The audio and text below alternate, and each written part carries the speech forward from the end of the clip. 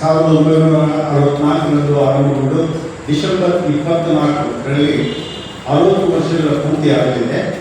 ಕಳೆದ 30 ವರ್ಷಗಳಿಂದ ಇಲ್ಲಿ ಪ್ರತಿ ವರ್ಷ ಚಾತುರ್ಮಾಸ ಪ್ರವಚನ ಕಾರ್ಯಕ್ರಮ ಪೂಜ್ಯ ಸ್ವಾಮಿಗಳಿಂದ ಮಾತಾಜಿಯವರಿಂದ ನಡೀತಾ ಬರ್ತಾ ಇದೆ. ಈ ಕಾರ್ಯಕ್ರಮದಲ್ಲಿ ತಾವುಗಳು ಭಾಗವಹಿಸಿರುವುದು ನಮ್ಮೆಲ್ಲರಿಗೂ ಸಂತೋಷದ ವಿಷಯ. 3 ದಿವಸಗಳ ಕಾಲ ಪೂಜ್ಯರು ಈ ಕೆಳಗಿನ ವಿಷಯವನ್ನು ಕುರಿತು ಪ್ರವಚನ ನೀಡಲಿದ್ದಾರೆ. ಮೊದಲನೇ ದಿವಸ ಶ್ರೀ ರಾಮಕೃಷ್ಣರು ಯಾರು, ಗೃಹಸ್ಥರಿಗೆ ಅವರ ಸಂದೇಶಗಳಿವೆ. ಎರಡನೇ ದಿವಸ ಜಗಜ್ಜನನಿ ಶ್ರೀ ಮಾತೇಶ್ವರ ದೇವಿಯವರ ಮಾತೃಭೂಮಿಯ. ಮೂರನೇ ದಿವಸ ಶ್ರೀ ರಾಮಕೃಷ್ಣರ ಗೃಹಸ್ಥ ಭಕ್ತರು ಕುರಿತು ಪ್ರವಚನ ನೀಡಲಿದ್ದಾರೆ. ಪೂಜ್ಯರು ತಮ್ಮ ಆಶ್ರಮವನ್ನು ನೀಡಬೇಕೆಂದು ವಿನಂತಿಸಿಕೊಂಡಿದ್ದೀನಿ. ಜಯ ರಾಮಕೃಷ್ಣ.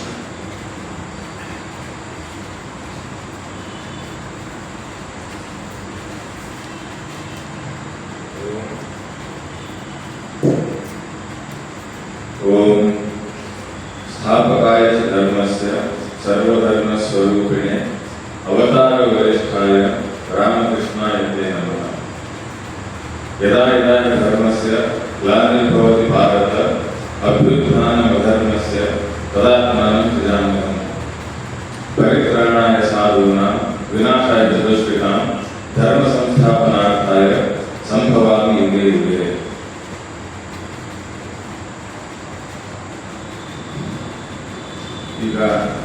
ಈಗಲೇ ಹೇಳ್ತಾ ಇದ್ದಾರೆ ಜಗನ್ನಾಥ್ ಅವರು, ನಾನು ಇಲ್ಲಿ ಬಡಾವಣೆ ಅಂತ. ನಾನಿಲ್ಲಿ ಎಷ್ಟೋ ಸಾರಿ ಅಲ್ಲಿಂದ ಆಶ್ರಮ ಮುಂಗಡೆಯಿಂದ ಹೋಗೋದು ಬರೋದು, ಆಶ್ರಮ ಕೆಲಸದಲ್ಲಿ ಬಂದು ಹೋಗ್ತಾ ಇದ್ದೆ. ನಾನು ಒಂದು ದಿನ ಇಲ್ಲೇ ಕೂತು ಇಲ್ಲಿ ಪ್ರವಚನ ಕೊಡೋ ಅವಕಾಶ ಸಿಗುತ್ತೆ ಅಂತ ನಾನು ಯಾವತ್ತೂ ಅನ್ಕೊಂಡಿರಲಿಲ್ಲ.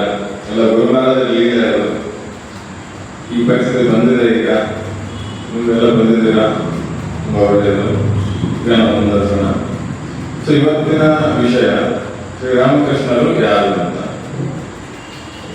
ಭಗವದ್ಗೀತೆಯಲ್ಲಿ ಶ್ರೀಕೃಷ್ಣ ಪರಮಾತ್ಮ ಹೇಳೋದು, ಯಾವಾಗ ಅವತಾರ ಎತ್ತಿ ಭಗವಂತನು ಬರ್ತಾನೆ, ಎಂಥ ಸಂದರ್ಭದಲ್ಲೂ ಯಾಕೆ ಬರ್ತಾನೆ, ಬಂದು ಏನ್ ಮಾಡ್ತಾನೆ ಅಂತ ಶ್ರೀಕೃಷ್ಣ ಪರಮಾತ್ಮ ಭಗವದ್ಗೀತೆಯಲ್ಲಿ ಹೇಳ್ತಾರೆ. ಯಥಾಯಥ ಧರ್ಮಸ್ಯ ಗ್ಲಾನಿರ್ಭವತಿ ಭಾರತ. ಯಾವಾಗ ಧರ್ಮದ ಗ್ಲಾನಿ ಆಗುತ್ತೋ, ಧರ್ಮ ನಾಶವಾಗಲು ಶುರುವಾಗುತ್ತೋ ಮತ್ತು ಅದನ್ನ ಹೆಚ್ಚಲಿಕ್ಕೆ ಶುರುವಾಗುತ್ತೋ ಅವಾಗ ಮತ್ತು ಬಂದು ಏನ್ ಮಾಡೋದು, ಪರಿತ್ರಾಣಾಯ ಸಾಧೂನಾಂ ವಿನಾಶಾಯ ದುಷ್ಕೃತಾಂ ಧರ್ಮ ಸಂಸ್ಥಾಪನಾರ್ಥಾಯ ಸಂಭವಾಮಿ ಯುಗೆ ಯುಗೆ.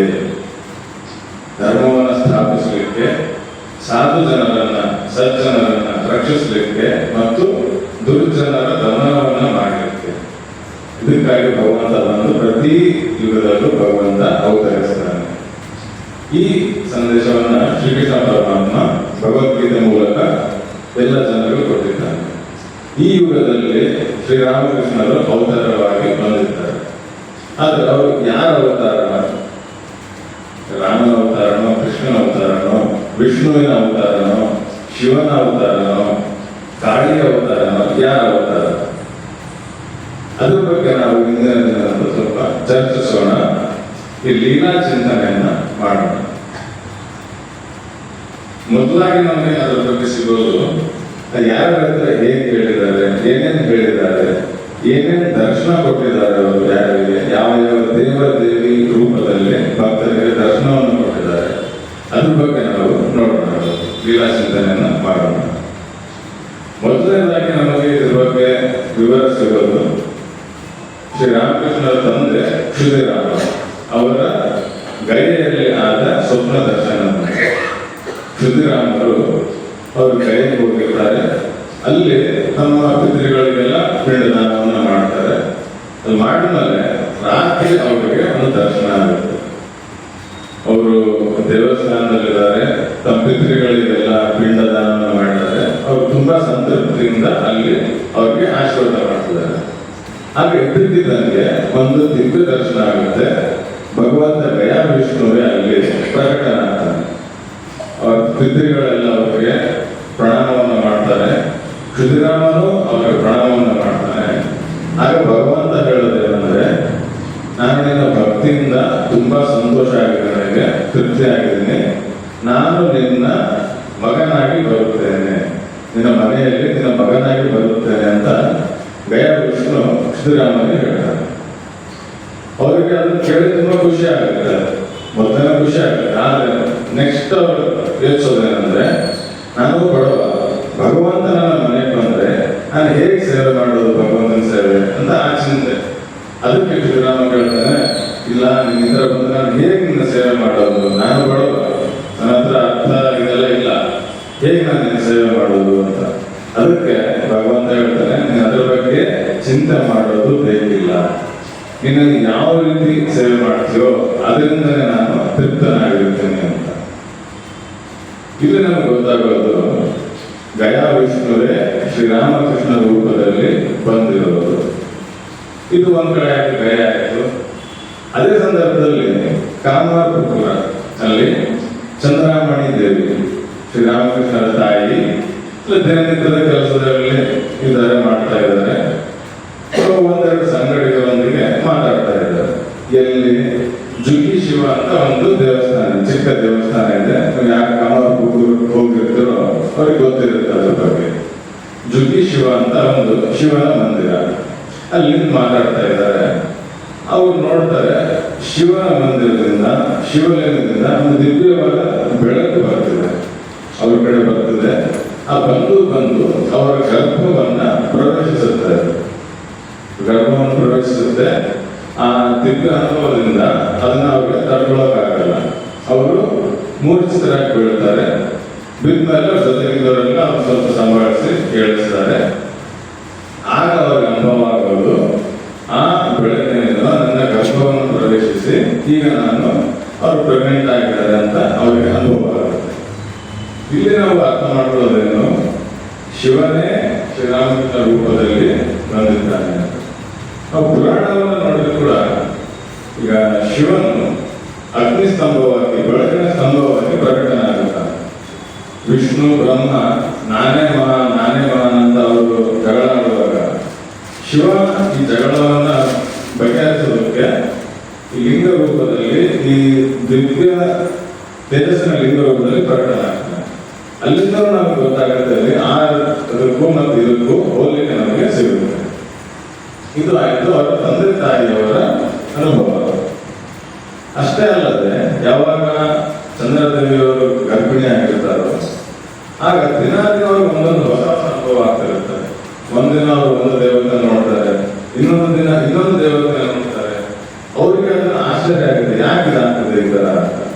ಅದನ್ನ ಯಾವಾಗ ಸಿದ್ದರಾಮನ ಹತ್ರ ಹೇಳ್ಕೊತಾರೋ, ಸಿದ್ದರಾಮ ಹೇಳೋದಕ್ಕೆ, ನೋಡು ನೀನು ಒಬ್ಬ ಮಹಾಪುರುಷನ ಇದರಲ್ಲಿದೆಯಾ, ನಿನ್ನ ಗರ್ಭದಲ್ಲಿ ಭಗವಂತನೇ ಇದ್ದಾನೆ.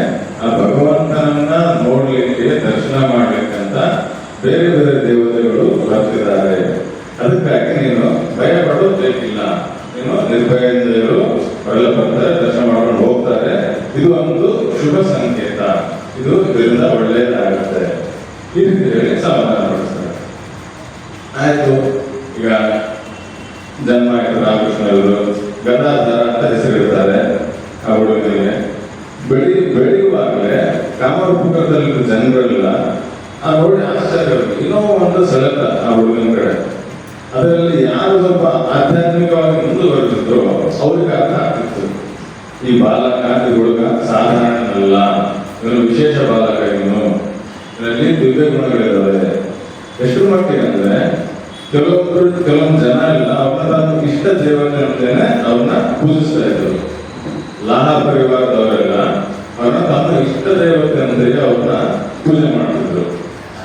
ಆಮೇಲೆ ಇನ್ನೊಬ್ಬ ಚೀನು ಶಾಕಾರಿ ಅಂತ ಒಬ್ಬ ಬಡ ಮನುಷ್ಯ, ಸಾಧಾರಣ ಮನುಷ್ಯ, ಆದರೆ ಮಹಾಭಕ್ತ. ಅವನು ಅವರನ್ನ ಅರ್ತಿದ್ದ, ಈ ಗದಾಧರ ಹುಡುಗ ಯಾರು ಅಂತ ಅವನು ಅರ್ತಿದ್ದ. ಅವ್ರನ್ನ ಕರ್ಕೊಂಡು ಹೋಗಿ ದೇವತಾರಣ್ಯ ಪೂಜೆ ಮಾಡಿ ಅವ್ರಿಗೆಲ್ಲ ತನ್ನ ಕೈಯಾರನೇ ಸಿಹಿಯನ್ನು ತಿನ್ನಿಸಿ, ಭಗವಂತ ನೀನು ಯಾರು ಅಂತ ನನಗೆ ಗೊತ್ತು, ನಿನ್ನ ಕೃಪೆಯಿಂದ ನನಗೆ ಗೊತ್ತಾಗಿದೆ ನೀನು ಯಾರು ಅಂತ. ನೀನು ಮುಂದೆ ತುಂಬಾ ಲೀಲೆಗಳನ್ನ ಮಾಡಲಿದ್ದೀಯ, ಆದ್ರೆ ನಾನು ಅವಾಗ ಇರಲ್ಲ. ಸರಿ, ಪರವಾಗಿಲ್ಲ, ನಿನ್ನ ಕೃಪೆ ನನಗೆ ಇಷ್ಟ ಆಯ್ತು, ಅದೇ ಬೇಕಾದಷ್ಟು ಆಯ್ತು, ಅದೇ ಸಾಕು ಅಂತ ಹೇಳ್ಬಿಟ್ಟು ಈ ತರ ಎಲ್ಲ ಒಂದು ಭಕ್ತಿಯನ್ನ ಆಚರಿಸ್ತಾರೆ. ಇದು ಆಯ್ತು ಕಾಮರ್ಪುರ. ಮುಂದೆ ಅವರು ಬರ್ತಾರೆ, ದಕ್ಷಿಣೇಶ್ವರಕ್ಕೆ ಬರ್ತಾರೆ, ಕೋಲ್ಕತ್ತಾಕ್ಕೆ ಬರ್ತಾರೆ. ಅಲ್ಲಿ ಅವ್ರು ನಿಜವಾದ ಲೀಲೆ ಅಂತ ಅದು ಶುರುವಾಗುತ್ತೆ. ಅಲ್ಲಿ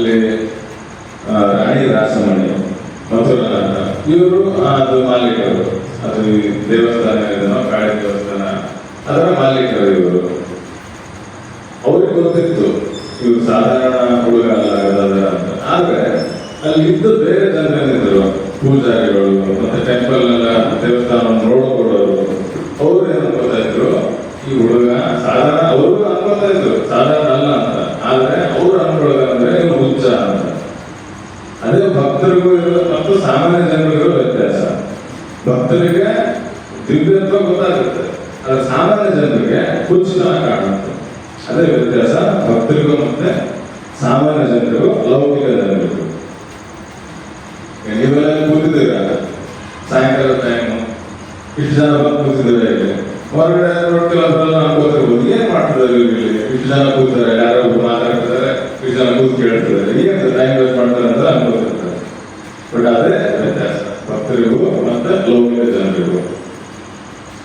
ಸರ್ ಇಷ್ಟ ಆಯ್ತು. ಒಂದು ಘಟನೆ ನಡೆಯುತ್ತೆ, ಇಲ್ಲಿ ನಮ್ಗೆ ಗೊತ್ತಾಗುತ್ತೆ ರಾಣಿ ರಾಸನ ಭಕ್ತಿ ಎಷ್ಟಿತ್ತು ರಾಮಕೃಷ್ಣರಲ್ಲಿ, ಮತ್ತೆ ಅವರು ರಾಮಕೃಷ್ಣರನ್ನ ಏನಂತ ಅವ್ರು ಅನ್ಕೋತಾ ಇದ್ರು ಅಂತ. ರಾಣಿ ರಾಸನ ಬಂದಿರ್ತಾಳೆ ದೇವಸ್ಥಾನಕ್ಕೆ, ಬಂದಾಗಲೆಲ್ಲ ರಾಮಕೃಷ್ಣರ ಹತ್ರ ಭಜನೆ ಕೇಳೋ ಅಭ್ಯಾಸ. ತುಂಬಾ ಚೆನ್ನಾಗಿ ಹಾಡ್ತಿದ್ರು ರಾಮಕೃಷ್ಣರು, ತುಂಬಾ ಸಿಹಿಯಾದ ಕಂಠ ಮತ್ತು ಭಾವದಿಂದ ಹಾಡ್ತಿದ್ರು. ಅದಕ್ಕಾಗಿ ರಾಣಿ ರಾಸನ ಬಂದಾಗಲೆಲ್ಲ ಇದನ್ನು ಕೇಳೋದು, ಭಜನೆ ಕೇಳೋದು. ಈ ರೀತಿ ಇದೆ, ಒಂದ್ಸರಿ ಕೇಳ್ತಾ ಇದ್ದಾರೆ ಭಜನೆನ. ಆಗ ಮನಸ್ಸೆಲ್ಲೋ ಕಡೆ ಕೋರ್ಟ್ ಕೇಸ್ ನಡೀತಾ ಇತ್ತು.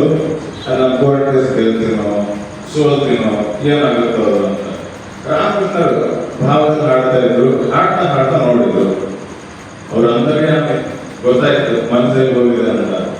ಅವಳ ಮನಸ್ಸು ಇಲ್ಲಿ ಭಜನೆಯಲ್ಲಿ ಇಲ್ಲ, ಕಾಳಿಯಲ್ಲಿ ಇಲ್ಲ, ಎಲ್ಲೋ ಹೋಗಿದೆ ಅಂತ. ಅವ್ರು ಹೋಗ್ತಾರೆ, ಹೋಗಿ ಕಪಾಳ ಮೋಕ್ಷ ಮಾಡ್ತಾರೆ. ಅದನ್ನ ನೋಡಿ ಜೊತೆಗೆ ಎಲ್ರಿಗೂ ಆಶ್ಚರ್ಯ, ಎಲ್ಲ ಗಾಬರಿ ಪಟ್ಬಿಟ್ರು. ಇದೇನಿದು ಸಣ್ಣ ಪೂಜಾರಿ, ಸ್ವಲ್ಪ ದೇವರ ಪೂಜಾರಿ ಈ ಇಡೀ ದೇನಿದೆ ಅದ್ರ ಮಾಲೀಕರಿಗೆ ಕಪಾಳ ಬಿಡ್ತಿದ್ದಾನೆ ಅಂತ ಎಲ್ಲ ಒಂಥರ ಆಶ್ಚರ್ಯ ಆಗೋಯ್ತು. ಆದ್ರೆ ಇಬ್ಬರು ಮಾತ್ರ ಶಾಂತವಾಗಿದ್ರು, ಒಂದು ರಾಮಕೃಷ್ಣರು, ಇನ್ನೊಂದು ರಾಣಿ ರಾಸನ. ಸ್ವಲ್ಪ ಹೊತ್ತ ನಂತರ ಅವ್ರಿಗೆ ಗೊತ್ತಾಯ್ತು, ನಾನು ಸುಮ್ಮನೆ ಇದ್ರೆ ಇನ್ನ ಈ ಜನರು ಇವರೆಲ್ಲ ರಾಮಕೃಷ್ಣರನ್ನ ಬಿಡೋಲ್ಲ, ಅವರಿಗೆ ತೊಂದರೆ ಆಗ್ಬೋದು ಅಂತ ಹೇಳ್ಬಿಟ್ಟು ಅವ್ರು ಹೇಳ್ತಾರೆ. ತಕ್ಷಣ ಹೇಳ್ತಾರೆ, ನೋಡಿ ಇದರಲ್ಲಿ ರಾಮಕೃಷ್ಣರದ್ದು ಯಾವ ತಪ್ಪು ಇಲ್ಲ, ಅವ್ರು ಮಾಡಿದ ಸರಿನೇ ಇದೆ, ಅವ್ರ ಜ್ಞಾನ ಮುಕ್ತವಾಗಿಲ್ಲ ಅಂತ. ಅದನ್ನ ಕೇಳ್ಬಿಟ್ಟು ಅವ್ರಿಗೆ ಇನ್ನೂ ಆಶ್ಚರ್ಯ. ಆಮೇಲೆ ಅವ್ರು ಹೇಳ್ತಾರೆ, ನನಗೆ ಗೊತ್ತು ನನಗೆ ಯಾರು ಹೊಡೆದಿತ್ತು ಅಂತ. ನನಗೆ ಹೊಡೆದು ರಾಮಕೃಷ್ಣರಲ್ಲ, ನನ್ನ ಇಷ್ಟ ದೇವಿಯಾದ ಕಾಳಿಯೇ ನನಗೆ ಶಿಕ್ಷೆ ಕೊಟ್ಟಿತ್ತು, ನನ್ನ ತಪ್ಪಿಗೆ ಶಿಕ್ಷೆ ಕೊಟ್ಟಿದ್ದು ಕಾಳಿಯೇ, ಕಾಳಿ ದೇವಿಯೇ ಅಂತ. ಇದು ಆಯ್ತು ರಾಣಿ ರಾಸಮಣಿಯವರ ಕಥೆ. ಆಮೇಲೆ ಮಥುರನಾಥ, ರಾಣಿ ರಾಸಮಣಿ ಅಳಿಯ. ಈಗ ರಾಣಿ ರಾಸಮಣಿಯವರು ಸಮಾಧಿ ಆದ್ಮೇಲೆ ಅವನೇ ಮಾಲೀಕನಾಗ್ತಾನೆ. ಅವನು ತುಂಬಾ ಭಕ್ತಿ ರಾಮಕೃಷ್ಣರಂದ್ರೆ. ಒಂದು ಸರಿ ಅವನು ತುಂಬಾ ದೊಡ್ಡ ಸಾಧಕ ಅಂತ ಅನ್ಕೋತಾ ಇದ್ದ ರಾಮಕೃಷ್ಣರನ್ನ ಕಂಡು, ಒಂದ್ಸರಿ ಸಂತರು ಅಂತ ಅನ್ಕೋತಾ ಇದ್ದ. ಆದ್ರೆ ದೈವತ್ವದ ಬಗ್ಗೆ ಅವನಿಗೆ ಅಷ್ಟು ಗೊತ್ತಿರಲಿಲ್ಲ, ಅವರು ದೇವರು ಅವತಾರರು ಅಂತ ಅಷ್ಟು ನಂಬಿಕೆ ಇರಲಿಲ್ಲ ಅವನಿಗೆ. ಈ ರೀತಿಯಿಂದ ಒಂದಿನ ಏನಾಗುತ್ತೆ, ತನ್ನ ಕೊಠಡಿಯಲ್ಲಿ ಕೂತು ಕೆಲಸ ಮಾಡ್ತಿದ್ದಾನೆ, ತನ್ನ ಡಾಕ್ಯುಮೆಂಟ್ಸ್ ಎಲ್ಲ ಏನಂತ ನೋಡ್ತಿದ್ದಾನೆ. ಅಲ್ಲಿ ಹೊರಗಡೆ ಒಂದ್ ಕಡೆ ರಾಮಕೃಷ್ಣರು ನಡೀತಾ ಇದ್ದಾರೆ. ಈಗ ಆ ಕಡೆ ಆ ಕಡೆ ನಡೀತಾರೆ. ಈ ರೀತಿ ನಡೆಯುವಾಗ ಅವ್ರು ನೋಡ್ತಾರೆ. ಒಂದ್ಸಲ ನೋಡಿದಾಗ ರಾಮಕೃಷ್ಣರು ತಕ್ಷಣ ಏನಾಗುತ್ತೆ, ಅವ್ರು ಆ ಕಡೆ ಹೋಗ್ತಿದ್ದಾರೆ. ಹೋಗುವಾಗ ಶಿವ, ಸಾಕ್ಷಾತ್ ಶಿವನನ್ನೇ ನೋಡ್ತಿದ್ದಾರೆ ಅವರು. ಈ ಕಡೆ ಬರ್ತಿದ್ದಾರೆ, ಆಗ ಕಾಳಿ ದೇವಿಯನ್ನ ನೋಡ್ತಾರೆ. ಆಶ್ಚರ್ಯವಾಗುತ್ತೆ, ಹೆದರಿಕೆ ಆಗುತ್ತೆ, ಏನು ನಿಂತಾರೆ ಅಂತ. ಕಣ್ಣನ್ನು ಸುತ್ತಿಕೊಂಡು ನೋಡೋಕೆ ಶುರು ಮಾಡೋದ. ಕಣ್ ತಿಕ್ಕೊಂಡು ನೋಡ್ತಾನೆ. ಅದು ಅದೇ ರೀತಿ ಹೋಗುವಾಗ ಶಿವ, ಬರುವಾಗ ಕಾಳಿ. ಇನ್ನ ತಡೆಯೋದಕ್ಕಾಗಲಿಲ್ಲ ಅವನಿಗೆ. ಅವನು ಓಡೋಗಿ ರಾಮಕೃಷ್ಣರಿಗೆ ನಮಸ್ಕಾರ ಮಾಡಿ ಹೇಳ್ತಾನೆ, ನಾನು ಈ ರೀತಿ ನೋಡ್ತಿದ್ದೀನಿ, ನನಗೆ ಗೊತ್ತಾಯ್ತು ಯಾರು ಅಂತ ಹೇಳ್ಬಿಟ್ಟು. ರಾಮಕೃಷ್ಣರ ಬಗ್ಗೆ ಏನೂ ಇಲ್ಲ, ಏನ್ ಮಾಡ್ತಿದ್ದಾನೆ, ಇದೆಲ್ಲ ತಪ್ಪು, ಬೇರೆ ನೋಡಿದ್ರೆ ಏನ್ ಅನ್ಕೋತಾರೆ ಇದ್ರ ಬಗ್ಗೆ, ನಾನೇ ಈಗ ಮಾಯ ಮಾಡ್ತೀನಿ ಅಂತ ಅನ್ಕೋತಾರೆ. ಹೋಗಿ ಇದರಿಂದ ಹೋಗು ಆ ಥರ ಹೇಳಿದ್ರು ಕಳಿಸ್ತಾರೆ, ಸಮಾಧಾನ ಮಾಡಿ ಕಳಿಸ್ತಾರೆ. ಇದು ಮಧುರನಾಥನಿಗಾದ ದರ್ಶನ. ಕಾಳಿ ಮತ್ತು ಶಿವ ಒಂದೇ ಸಮಯಕ್ಕೆ ದರ್ಶನ ಆಯ್ತು ಮಧುರನಾಥನಿಗೆ.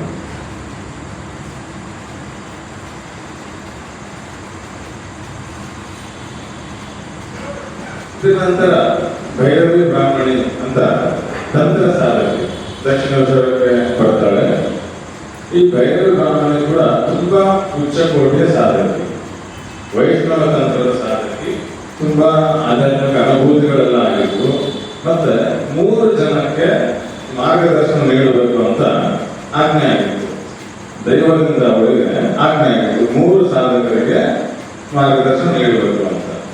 ಇಬ್ಬರಿಗಾಗಲೇ ಮಾರ್ಗದರ್ಶನ ನೀಡಿ ಆಗಿತ್ತು, 3ನೇವರಿಗಾಗಿ ಹುಡುಕ್ತಾ ಇತ್ತು. ಅದೇ 3ನೇವರೇ ರಾಮಕೃಷ್ಣರು. ಇದರ ಹುಡುಕ್ತಾ ಗಂಗೆ ನದಿಯಲ್ಲಿ ಹುಡುಕ್ತಾ ಬರ್ತಿರ್ತಾಳೆ. ದಕ್ಷಿಣೇಶ್ವರಕ್ಕೆ ಬರ್ತಾಳೆ.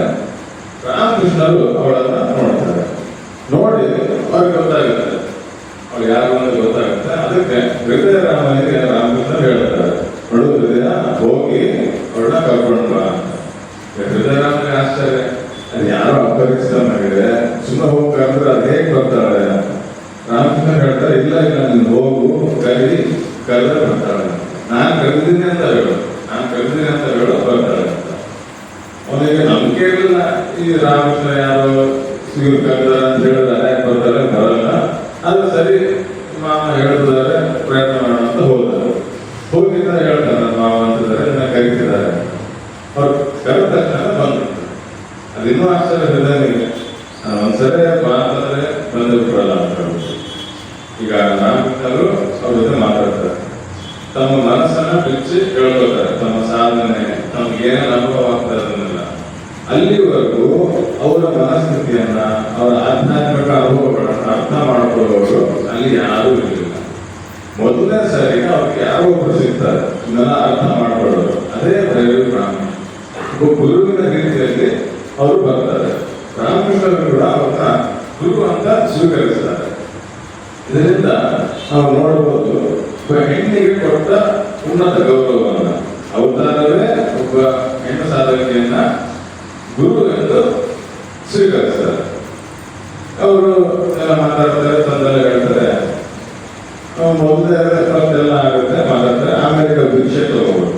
ಇವಾಗ ಭೈರವಿ ಬ್ರಾಹ್ಮಣಿ ತಿಂಡಿ ತಿನಿಸೆಲ್ಲ ತಗೊಂಡು ಅಡಿಗೆ ಮಾಡ್ಬೇಕು. ಅಡಿಗೆ ಮಾಡಿ ಅದನ್ನೆಲ್ಲ ತನ್ನ ಇಷ್ಟ ದೈವವಾದ ರಘುವೀರ ಅವಳ ಇಷ್ಟ ದೈವ, ಅದಕ್ಕೆ ಅರ್ಪಿಸಬೇಕು. ಅರ್ಪಿಸಿ ಧ್ಯಾನಕ್ಕೆ ಕೂಡ್ತಾಳೆ. ಧ್ಯಾನಕ್ಕೆ ಕೂತಾಗ ಒಂದು ಆಧ್ಯಾತ್ಮಿಕ ಅನುಭವ ಆಗುತ್ತೆ, ತುಂಬಾ ಆನಂದ ಆಗುತ್ತೆ, ಆನಂದ ಆಶೀರ್ವಾದ ಬರುತ್ತೆ. ಅದೇ ಸಮಯಕ್ಕೆ ಶ್ರೀರಾಮಕೃಷ್ಣರು ಭಾವ ಸಮಾಧಿಯಲ್ಲಿ ಹೋಗ್ತಾರೆ. ಭಾವದಲ್ಲಿ ಹೋಗಿ ಅವ್ರು ಯಾರವ್ರನ್ನ ಕರೆದಂಗಾಗುತ್ತೆ, ಸೆಳೆದಂಗಾಗುತ್ತೆ. ಅವ್ರೇನ್ ಮಾಡ್ತಾರೆ, ನೇರವಾಗಿ ಭೈರವಿ ಬ್ರಾಹ್ಮಣ ಹತ್ರ ಹೋಗಿ ಅಲ್ಲಿರೋ ನೈವೇದ್ಯ ಏನಿದೋ ಅದನ್ನ ಅವರು ಸ್ವೀಕರಿಸಕ್ಕೆ ಶುರು ಮಾಡ್ತಾರೆ, ತಿನ್ಲಿಕ್ಕೆ ಶುರು ಮಾಡ್ತಾರೆ. ಆಯ್ತು, ಈಗ ಭೈರವಿ ಬ್ರಾಹ್ಮಣಿ ಸಾಧಾರಣ ಸ್ಥಿತಿ ಬಂದು ನೋಡಿದ್ರೆ ಶ್ರೀರಾಮಕೃಷ್ಣ ತಿನ್ನಿಸಿದ್ದಾರೆ. ಅವರು ಸಾಧಾರಣ ಸ್ಥಿತಿಗೆ ಬರ್ತಾರೆ. ಬಂದವರು ಹೇಳ್ತಾರೆ, ಅಯ್ಯೋ ನಾನು ಏನ್ ಮಾಡ್ಬಿಟ್ಟು ಗೊತ್ತಿಲ್ಲ, ಯಾಕೆ ಮಾಡೋದನ್ನ ಗೊತ್ತಿಲ್ಲ ನಾನು ಅಂತ. ಆದ್ರೆ ಆಶ್ಚರ್ಯದ ವಿಷಯ ಏನಂದ್ರೆ ಭೈರವಿ ಬ್ರಾಹ್ಮಣ ಹೇಳ್ತಾರೆ, ಇಲ್ಲ ನೀನ್ ಮಾಡಿದ್ ಸರಿಯಾಗಿದೆ. ಯಾಕಂದ್ರೆ ಭೈರವಿ ಬ್ರಾಹ್ಮಣ ತನ್ನ ದರ್ಶನದಲ್ಲಿ ನೋಡಿರ್ತಾಳೆ, ಶ್ರೀರಾಮಕೃಷ್ಣರೇ ರಘುವೀರ, ಶ್ರೀರಾಮಕೃಷ್ಣರೇ ರಾಮ ಅಂತ. ಅದಕ್ಕಾಗಿ ಅವಳು ಹೇಳ್ತಾರೆ, ಇಲ್ಲ ನೀನ್ ಏನ್ ಮಾಡಿದ್ರು ಸರಿಯಾಗಿ ಹೇಳಿದೆ, ಏನು ತೊಂದರೆ ಇಲ್ಲ, ತುಂಬಾ ಒಳ್ಳೆಯದಿದೆ, ಖುಷಿ ಆಯ್ತು ಅಂತ. ಅದಾದ್ಮೇಲೆ ಈಗ ಸಶರೀರವಾಗಿ ನೋಡಿದ ಇಷ್ಟ ದೇವತೆಯಿಂದಾಗಿ ಅವಳ ಹತ್ರ ಇದ್ದ ಶಾಲಿಗ್ರಾಮ ಏನಿರುತ್ತೋ ಅದನ್ನ ಹೋಗಿ ಗಂಗೆ ವಿಸರ್ಜನೆ ಮಾಡ್ತಾರೆ. ನನ್ನ ಸಾಧನೆ ಮುಗೀತು ಇಲ್ಲಿ ಅಂತ ಹೇಳ್ಬಿಟ್ಟು ಅದನ್ನ ವಿಸರ್ಜನೆ ಮಾಡ್ತಾರೆ. ಇದಾಯ್ತು ರಘುವೀರನ ದರ್ಶನ. ಅದಲ್ಲದೆ ಅವರ ಶಾರೀರಿಕ ಲಕ್ಷಣಗಳನ್ನು ನೋಡಿ, ಮತ್ತೆ ಅವರ ಶಾಸ್ತ್ರ ಇರೋ ಭಕ್ತಿ ಶಾಸ್ತ್ರ, ವೈಷ್ಣವ ಶಾಸ್ತ್ರ, ಅದು ಹೋಲಿಸಿ ನೋಡಿದಾಗ ಗೊತ್ತಾಗುತ್ತೆ ಇದು ಸಾಧಾರಣವಾದ ಲಕ್ಷಣ ಅಲ್ಲ, ಇದು ಮಹಾಭಾವದ ಲಕ್ಷಣ. ಮಹಾಭಾವ ಅಂದ್ರೆ ಏನು? ಈಗ ವೈಷ್ಣವ ಇದರಲ್ಲಿ 5 ಭಾವಗಳಿದ್ದಾವೆ. ದಾಸ್ಯ ಭಾವ, ಸತ್ಯ ಭಾವ, ಶಾಂತ ಭಾವ, ಮಧುರ ಭಾವ ಅಂತಿದ್ದಾರೆ. ಯಾವಾಗ ಎಲ್ಲ ಸೇರಿತ್ತು ಅವಾಗ ಮಹಾಭಾವ ಅಂತ ಆಗುತ್ತೆ. ಈಗ ಇತಿಹಾಸದಲ್ಲಿ ನೋಡೋದಾದ್ರೆ ಆ ರೀತಿ ಅದು ಮುಂಚೆ ಆಗಿರೋದು ಇಬ್ಬರಿಗೆ ಮಾತ್ರ. ಒಂದು ಶ್ರೀ ರಾಧೆಗೆ, ಇನ್ನೊಂದು ಶ್ರೀ ಚೈತನ್ಯ ಮಹಾಪ್ರಭುವಿಗೆ. ಇದು ನೋಡಿ ಆಶ್ಚರ್ಯ ಆಗುತ್ತೆ. ಅಲ್ಲ, ಹೇಗೆ ಸಾಧ್ಯ ಇದು? ರಾಧಾರಾಣಿ ಶ್ರೀಕೃಷ್ಣನ ಸ್ವರೂಪ, ಪ್ರೇಮ ಸ್ವರೂಪ. ಶ್ರೀ ಚೈತನ್ಯರು ಅವತಾರ, ಮತ್ತು ರಾಧೆಯ ಒಂದೇ ಶರೀರದಲ್ಲಿ ಅವತಾರ. ಸಾಕು ಇವರು ಅವತಾರ ಅಂತ ಇದನ್ನೆಲ್ಲ ನೋಡಿ ಇನ್ನೂ ಚೆನ್ನಾಗಿ ನೋಡಿದ್ಮೇಲೆ ಅರ್ಥ ಆಗುತ್ತೆ. ಹೌದು, ಇವರು ಶ್ರೀ ರಾಧೆಯೂ ಹೌದು, ಶ್ರೀ ಚೈತನ್ಯರು ಹೌದು ಅಂತ. ಅದಕ್ಕೆ ತಕ್ಕನಾಗಿ ಶ್ರೀರಾಮಕೃಷ್ಣರು ತಮ್ಮ ಅನುಭವವನ್ನು ಹೇಳ್ತಾರೆ. ಈಗ ನೋಡು, ನಾನು ಒಂದಿನ ಹೋಗ್ತಿದ್ದೆ, 2 ಚಿಕ್ಕ ಹುಡುಗರು ಅಲ್ಲಿ ನನ್ನ ಪಕ್ಕಕ್ಕೆ ಬರ್ತಾರೆ. ಅವ್ರು ನನ್ನ ಜೊತೆನೆ ನಡ್ಕೊಂಡು ಹೋಗ್ತಾರೆ, ನಗ್ತಾ ಸ್ವಲ್ಪ ಹೊತ್ತು ಆದ್ಮೇಲೆ ಅವರು ಬಂದು ನನ್ನ ಒಳಗಡೆ ಪ್ರವೇಶ ಆಗಿ ನನ್ನಲ್ಲಿ ಲೀನರಾಗರು ಅಂತ. ಅದಕ್ಕೆ ಭೈರವ ಬ್ರಾಹ್ಮಣ ಹೇಳ್ತಾರೆ, ಕರೆಕ್ಟ್, ಅದು ನೋಡಿ ಸರಿ, ಅದು ಯಾರು ಅಂತ ಶ್ರೀ ಚೈತನ್ಯ ಮಹಾಪ್ರಭು ಮತ್ತು ನಿತ್ಯಾನಂದರು. ಅದಕ್ಕೆ ಅವರು ಇದು ಚೈತನ್ಯ ಭಾಗವತದಿಂದ ಕೂಡ ಹೇಳ್ತಾರೆ. ಅದರಲ್ಲಿ ಕೂಡ ಚೈತನ್ಯರು ಹೇಳಿದ್ರು, ನಾನು ಮತ್ತೆ ಬಂದು ನನ್ನ ಲೀಲೆಯನ್ನು ನಡೆಸ್ತೀನಿ. ಅದು ಈಗ ಇದಕ್ಕೆ ಹೋಲಿಸಿದ್ರೆ ಸರಿ ಹೋಗ್ತಿದೆ, ಕರೆಕ್ಟ್ ಆಗಿದೆ ಅಂತ ಹೇಳ್ತಾರೆ, ಆಶ್ವಾಸನೆ ಕೊಡ್ತಾರೆ. ಇದರಿಂದ ಅವ್ರಿಗೆ ಗೊತ್ತಾಗೋದು ಶ್ರೀರಾಮಕೃಷ್ಣರು ರಾಧೆ ರೂಪ ಹೌದು ಮತ್ತು ಚೈತನ್ಯ ರೂಪ ಹೌದು. ಚೈತನ್ಯ ಯಾಕೆ ಹೇಳಿರ್ತಾರೋ ನಾನು ಮತ್ತೆ ಅವತಾರ ಬರ್ತೀನಿ ಅಂತ, ಅದೇ ಇಲ್ಲಿ ಸಿದ್ಧಪಡುತ್ತೆ. ಚೈತನ್ಯ ಮತ್ತು ನಿತ್ಯಾನಂದ ಇಬ್ರು ಒಂದೇ ಶರೀರದಲ್ಲಿ ಬಂದವರೇ ಶ್ರೀರಾಮಕೃಷ್ಣ. ಈಗ ಇದೆಲ್ಲ ನೋಡಿ ಈಗ ಸಿದ್ಧಪಡಿಸ್ತಾರೆ ಇವರು ಅವತಾರ ಅಂತ. ಇದನ್ನೆಲ್ಲ ಎಲ್ಲರೂ ಹೇಳೋಕೆ ಶುರು ಮಾಡ್ತಾರೆ. ಆದ್ರೆ ಮಥುರನಾಥ ಇವರೆಲ್ಲ ಇರ್ತಾರಲ್ಲ, ಅವರೆಲ್ಲ ಒಪ್ಪಲ್ಲ. ಮಥುರನಾಥ ಹೇಳ್ತಾರೆ ಭೈರವ ಬ್ರಾಹ್ಮಣಿಗೆ, ಸರಿ ಹೇಳ್ತಿದ್ದೆ ಅವತಾರ ಅಂತ. ಶಾಸ್ತ್ರದ ಬಗ್ಗೆ ನನ್ಗೆ ಜಾಸ್ತಿ ಗೊತ್ತಿಲ್ಲ, ಆದ್ರೆ ಶಾಸ್ತ್ರದಲ್ಲೆಲ್ಲ ಇರೋದು ಬರೀ 10 ಅವತಾರ ಅಲ್ಲ ಅಂತ. ಅದಕ್ಕೆ ಭೈರವ ಬ್ರಾಹ್ಮಣ ಹೇಳ್ತಾರೆ, ನೀವು ಹೇಳಿದ್ ಸರಿನೇ, ನಿಮ್ಗೆ ಶಾಸ್ತ್ರ ಗೊತ್ತಿಲ್ಲ, ಅದಕ್ಕೆ ಈ ತರ ಮಾತಾಡ್ತಿದ್ಯಾ. 10 ಅಂತ ಒಂದ್ ಕಡೆ ಇದೆ, 24 ಅವತಾರ ಅಂತ ಕೂಡ ಒಂದ್ ಕಡೆ ಇದೆ ಭಾಗವತದಲ್ಲಿ. ಅಷ್ಟೇ ಅಲ್ಲ, ಅನಂತ ಅವತಾರ ಆಗೋದಕ್ಕೆ ಅವಕಾಶ ಇದೆ ಅಂತ ಕೂಡ ಇದೆ. ಹಾಗಾಗಿ ಇಷ್ಟೇ ಅಂತ ಇಲ್ಲ, ಅವತಾರ ಎಷ್ಟಾದ್ರೂ ಆಗ್ಬೋದು. ಯಾವಾಗ ಎಂಥ ಅವಶ್ಯಕತೆ ಬರುತ್ತೋ ಆ ರೀತಿ ಭಗವಂತ ಅವತಾರ ಇರ್ತಾನೆ ಅಂತ. ಹಾಗೆ ಹೇಳ್ತಾರೆ, ಸರಿ ಆಯ್ತು ಹೇಳ್ತಿದ್ದಾರೆ ಈ ತರ ಆಗಲ್ಲ, ಅವತಾರ ಅಲ್ಲ ಅಂತ. ನೀನು ಪಂಡಿತರ ಸಭೆಯನ್ನ ಕರೀರಿ, ನಾನು ಎಲ್ಲರನ್ನ ಸಿದ್ಧಪಡಿಸ್ತೇನೆ ಅಂತ ಹೇಳ್ತಾರೆ ಭೈರವ ಬ್ರಾಹ್ಮಣ. ಇದು ಮಧುರಾಗೆ ಅದಕ್ಕೆ ಇಷ್ಟ ಇರಲ್ಲ, ಆದ್ರೆ ಶ್ರೀರಾಮಕೃಷ್ಣ ಹೇಳ್ತಾರೆ ಅವ್ರಿಗೆ ಕುತೂಹಲ, ತಾವು ಅವತಾರ ಅಂತ ಅದನ್ನ ಸಿದ್ಧಪಡಿಸ್ಬೇಕಂತ ಅವ್ರಿಗೆ ಇಲ್ಲ, ಕುತೂಹಲ ಅವ್ರಿಗೆ. ಸರಿ ಏನಾದ್ರು ಬರೋಣ ಅಂತ. ಅದಕ್ಕೆ ಅವ್ರು ಹೇಳ್ತಾರೆ ಮಧುರನಾಥನಿಗೆ, ಆಯ್ತು ನೀವು ಅದನ್ನ ಅರೇಂಜ್ ಮಾಡು, ಈ ತರ ಮಾಡು. ಆಯ್ತು ಸರಿ, ಈಗ ರಾಮಕೃಷ್ಣ ಹೇಳ್ತಾರೆ ಮಾಡು ಅಂತ ಮಾಡ್ತಾನೆ. ಅಲ್ಲಿ ಎಷ್ಟು ಆಗ ಯಾರ್ಯಾರು ಪಂಡಿತರು ಅವ್ರನ್ನೆಲ್ಲ ಕರೆಸಲಾಗುತ್ತೆ, ಅವರೆಲ್ಲ ಬರ್ತಾರೆ. ಅದರಲ್ಲಿ ಇಬ್ಬರು ಮುಖ್ಯವಾದವರು ಅಂದರೆ ವೈಷ್ಣವಾಚರಣ ಮತ್ತು ಗೌರಿ ಪಂಡಿತ್ ಅಂತ. ಈ ಇಬ್ಬರು ಮುಖ್ಯವಾದವರು. ಯಾವತ್ತು ಸಭೆ ಇರುತ್ತೋ ಅವತ್ತು ವೈಷ್ಣವಾಚರಣ ಬಂದಿರ್ತಾನೆ, ಆದ್ರೆ ಗೌರಿ ಪಂಡಿತ್ ಬರಕ್ಕಾಗಿರಲ್ಲ. ವೈಷ್ಣವಾಚರಣ ಸಾಧಾರಣ ಮನುಷ್ಯ ಅಲ್ಲ, ಪಂಡಿತನೇನೋ ಸರಿ, ಅದ್ರ ಜೊತೆಗೆ ಒಬ್ಬ ಉಚ್ಚ ಕೋಟೆ ಸಾಧಕನು. ಬರೀ ಪಾಂಡಿತ್ಯ ಇದ್ರೆ, ಬರೀ ಶಾಸ್ತ್ರ ಅಧ್ಯಯನ ಇದ್ರೆ ಅದರಿಂದ ಆಧ್ಯಾತ್ಮಿಕದ ಅಂತರ್ವಿಚಾರಗಳು ಗೊತ್ತಾಗಲ್ಲ. ಅದ್ರ ಅಂತರ್ದೃಷ್ಟಿ ಅಂತರ್ವಿಚಾರ ಗೊತ್ತಾಗಬೇಕಂದ್ರೆ ಜೊತೆಗೆ ಸಾಧನೆನೂ ಬೇಕು, ಶಾಸ್ತ್ರ ಜ್ಞಾನ ಬೇಕು, ಪಾಂಡಿತ್ಯ ಬೇಕು, ಜೊತೆಗೆ ಸಾಧನೆನೂ ಬೇಕು. ಈ ವೈಷ್ಣವಾಚರಣ ಅಂತ. ಸೊ ಆ ವೈಷ್ಣವಾಚರಣ ಕೂಡ ಬರ್ತಾನೆ ದಕ್ಷಿಣೇಶ್ವರಕ್ಕೆ, ಆ ಸಭೆ ಆಗುತ್ತೆ. ಆಗ ಆ ಭೈರವ ಬ್ರಾಹ್ಮಣಿ ತನ್ನದೇನು ಮಾತಾಡಿಲ್ಲ ಅದನ್ನ ಎಲ್ಲರೂ ಮುಂದೆ ಹೇಳ್ತಾರೆ. ಅಲ್ಲಿ ಆಶ್ಚರ್ಯಕಾಗುತ್ತೆ. ಆಗ ಅಲ್ಲಿದ್ದು ಯಾವ ಪಂಡಿತರು ಈ ಭೈರವ ಬ್ರಾಹ್ಮಣ ಹೇಳೋದು ತಪ್ಪು ಅಂತ ಯಾರು ಹೇಳಲೇ ಇಲ್ಲ. ಬಟ್ ಎಲ್ಲರೂ ಅದನ್ನ ಹೌದು ಭೈರವ ಬ್ರಾಹ್ಮಣ ಹೇಳ್ತಿರೋದು ಸರಿ ಅಂತ ಒಪ್ಕೊಂಡ್ರು. ಎಷ್ಟು ಮಾಡ್ಕೊಂಡು ವೈಷ್ಣವಾಚರಣ ಕೂಡ ಹೌದು ನಾನು ಈಗ ಹೇಳ್ತಿರೋದು ಸರಿ ಅಂತಾನೆ ಅನಿಸ್ತದೆ, ನನಗೆ ತಪ್ಪು ಅನಿಸ್ತಿಲ್ಲ, ನಾನು ಒಪ್ಕೊಳ್ತೀನಿ ಅಂತ ಕೂಡ ಹೇಳ. ಎಲ್ರಿಗೂ ತುಂಬಾ ಆಶ್ಚರ್ಯ ಆಯ್ತವಾಗ. ಮಧುರನಾಥ ಬೇರೆ ಯಾರಿದ್ರಲ್ಲ, ಅದೆಲ್ಲ ಯಾರು ಹುಚ್ಚ ಅಂತ ಗೊತ್ತಿದ್ರು, ಇದನ್ನ ರೋಗ ಅಂತ ಅನ್ಕೋತಿದ್ರು, ಅವರೆಲ್ಲರೂ ತುಂಬಾ ಆಶ್ಚರ್ಯ. ಸರಿ, ಇಷ್ಟೆಲ್ಲ ನಡೀತದೆ. ರಾಮಕೃಷ್ಣ ಏನ್ ಮಾಡ್ತಾರೆ ಅವಾಗ? ಅವ್ರ ಮನಸ್ಥಿತಿ ಏನಿತ್ತು? ಅವ್ರು ಆರಾಮಾಗಿ ಕೂತಿದ್ದಾರೆ, ಆನಂದ ಕೂತಿದ್ದಾರೆ, ಅದು ಮಾತಾಡ್ತಾರೆ ಯಾರ ಬಗ್ಗೆ ಅನಾಥರ ಕೂತಿದ್ದಾರೆ. ಕೂತು ಅವಾಗ ಹೇಳ್ತಾರೆ, ನೋಡು ನನಗೆ ಕೆಲಸ ಈ ತರ ಆಗುತ್ತೆ, ಕೆಲಸ ಆ ತರ ಆಗುತ್ತೆ ಅಂತ ಅವರು ಹೇಳ್ತಿರ್ತಾರೆ. ಇದೆಲ್ಲ ಮುಗಿದ ಅವ್ರು ಹೇಳೋದ್ರ ಗೊತ್ತಾ? ಸರಿ ಆಯ್ತು, ಇಷ್ಟೆಲ್ಲ ಆಯ್ತು, ನಾ ಅವತಾರ ನೋಡಿ ನೀವೆಲ್ಲ ಹುಚ್ಚ ಅಂತಿದ್ದೀರಿ, ನಾ ಅವತಾರ ಆ ತರ ಹೇಳಿ. ಅವ್ರು ಹೇಳ್ತಾರೆ, ಸರಿ ಅವತಾರ ಅದೆಲ್ಲ ಇರೋದು ಒಂದ್ ಕಡೆ ಇರಲಿ, ಅಟ್ಲೀಸ್ಟ್ ನಾವು ಹುಚ್ಚ ಅಲ್ಲ, ನನ್ಗೆ ಬಂದಿರೋದು ರೋಗ ಅಲ್ಲ, ಅದು ನಿಶ್ಚಿತ ಆಯ್ತಲ್ಲ, ಅದು ಒಂದು 10 ನಿಮಿಷ ಸಿಕ್ತು ಅಂತ ಹೇಳ್ತಾರೆ. ಸೊ ಅದು ಅವ್ರ ಮನಸ್ಥಿತಿ. ಈಗ ಯಾರು ಮಹಾನ್ ವ್ಯಕ್ತಿಗಳು ಬರ್ತಾರೋ ಇದು ಅವ್ರಿಗೆ ಇದನ್ನೇ ನಾವು ನೋಡೋಕೆ ಸಿಗೋದು. ಈ ಅಹಂಕಾರ ಅನ್ನೋದು ಅವರಲ್ಲಿ ಇರಲ್ಲ. ಎಷ್ಟು ಅವರು ಮಹಾನಾಗಿರ್ತಾರೋ ಅಷ್ಟು ಕಡಿಮೆ ಅಹಂಕಾರ ಇರುತ್ತೆ, ಅಷ್ಟು ಕಡಿಮೆ ಅಭಿಮಾನ ಇರ್ತಾರೆ. ಇದು ನಮಗೆ ಮಹಾನ್ ವ್ಯಕ್ತಿಗಳಲ್ಲಿ ನೋಡಕ್ ಸಿಗಬಹುದು. ಇನ್ನ ಅದರಲ್ಲಿ ಭಗವಂತ ಅವತಾರ ಅಂತ ಕೇಳಬೇಕಾದ್ರ ಬಗ್ಗೆ ಇದು ಅವರ ಚಿಹ್ನೆ. ತದನಂತರ ಇನ್ನು ಕೆಲವು ದಿನ ಆದ್ಮೇಲೆ ಇನ್ನೊಬ್ಬ ಗೌರಿ ಪಂಡಿತ್ ಅಂತ ಕರೆದಿದ್ದಾರಲ್ಲ, ಆ ಗೌರಿ ಪಂಡಿತ್ ಬರ್ತಾನೆ. ಸರಿ ಬರ್ತಾನೆ, ರಾಮನವರದ್ದು ಮಾತಾಡ್ತಾರೆ. ಅವರು ಗೌರಿ ಪಂಡಿತ್ ಕೇಳ್ತಾರೆ, ಏನೋ ಬಂದಿ ಸರಿ, ಆದ್ರೆ ವೈಷ್ಣವ ಶರಣಿದ್ನಲ್ಲ ಅವನು ಮಹಾಪಂಡಿತ, ಅವನು ಹೇಳ್ತಿದ್ರೆ ನಾನು ಅವತಾರ ಹೋಗಿದ್ದಾನೆ, ನೀನೇನ್ ಹೇಳ್ತೀಯ ಅಂತ ಕೇಳ್ತಾರೆ. ಗೌರಿ ಪಂಡಿತು ಚೆನ್ನಾಗಿ ನೋಡ್ತಾನೆ, ಅವನು ಕೂಡ ಸಾಧಕನೇ, ಅವನು ಕೂಡ ಪಾಂಡಿತ್ಯ ಜೊತೆಗೆ ಅವನದು ಕೂಡ ಸಾಧನೆ ಇತ್ತು. ಅವನು ಅವನ್ನ ಚೆನ್ನಾಗಿ ಪರೀಕ್ಷಿಸಿ ನೋಡ್ತಾನೆ, ನೋಡಿ ಹೇಳ್ತಾನೆ, ಈಗ ವೈಷ್ಣವ ಶರಣಿ ಈ ತರ ಹೇಳಿದ್ನ, ಯಾವಿಲ್ಲ ಹೇಳಿ ಸರಿ ಇಲ್ಲ ಅಂತ. ಹೌದಾ, ಯಾಕೇನಾಯ್ತು ಅಂತ ಕೇಳ್ತಾರ. ಅವನು ಹೇಳಿದ್ದು ತುಂಬಾ ಕಡಿಮೆ ಆಯ್ತು, ಕಡೆಗಣಿಸ್ತಾರ ಆಗ್ತಿದ್ದು, ಮತ್ತೆ ನೀನೇನ್ ಹೇಳ್ತೀಯ ಅಂತ ಕೇಳ್ತಾರೆ.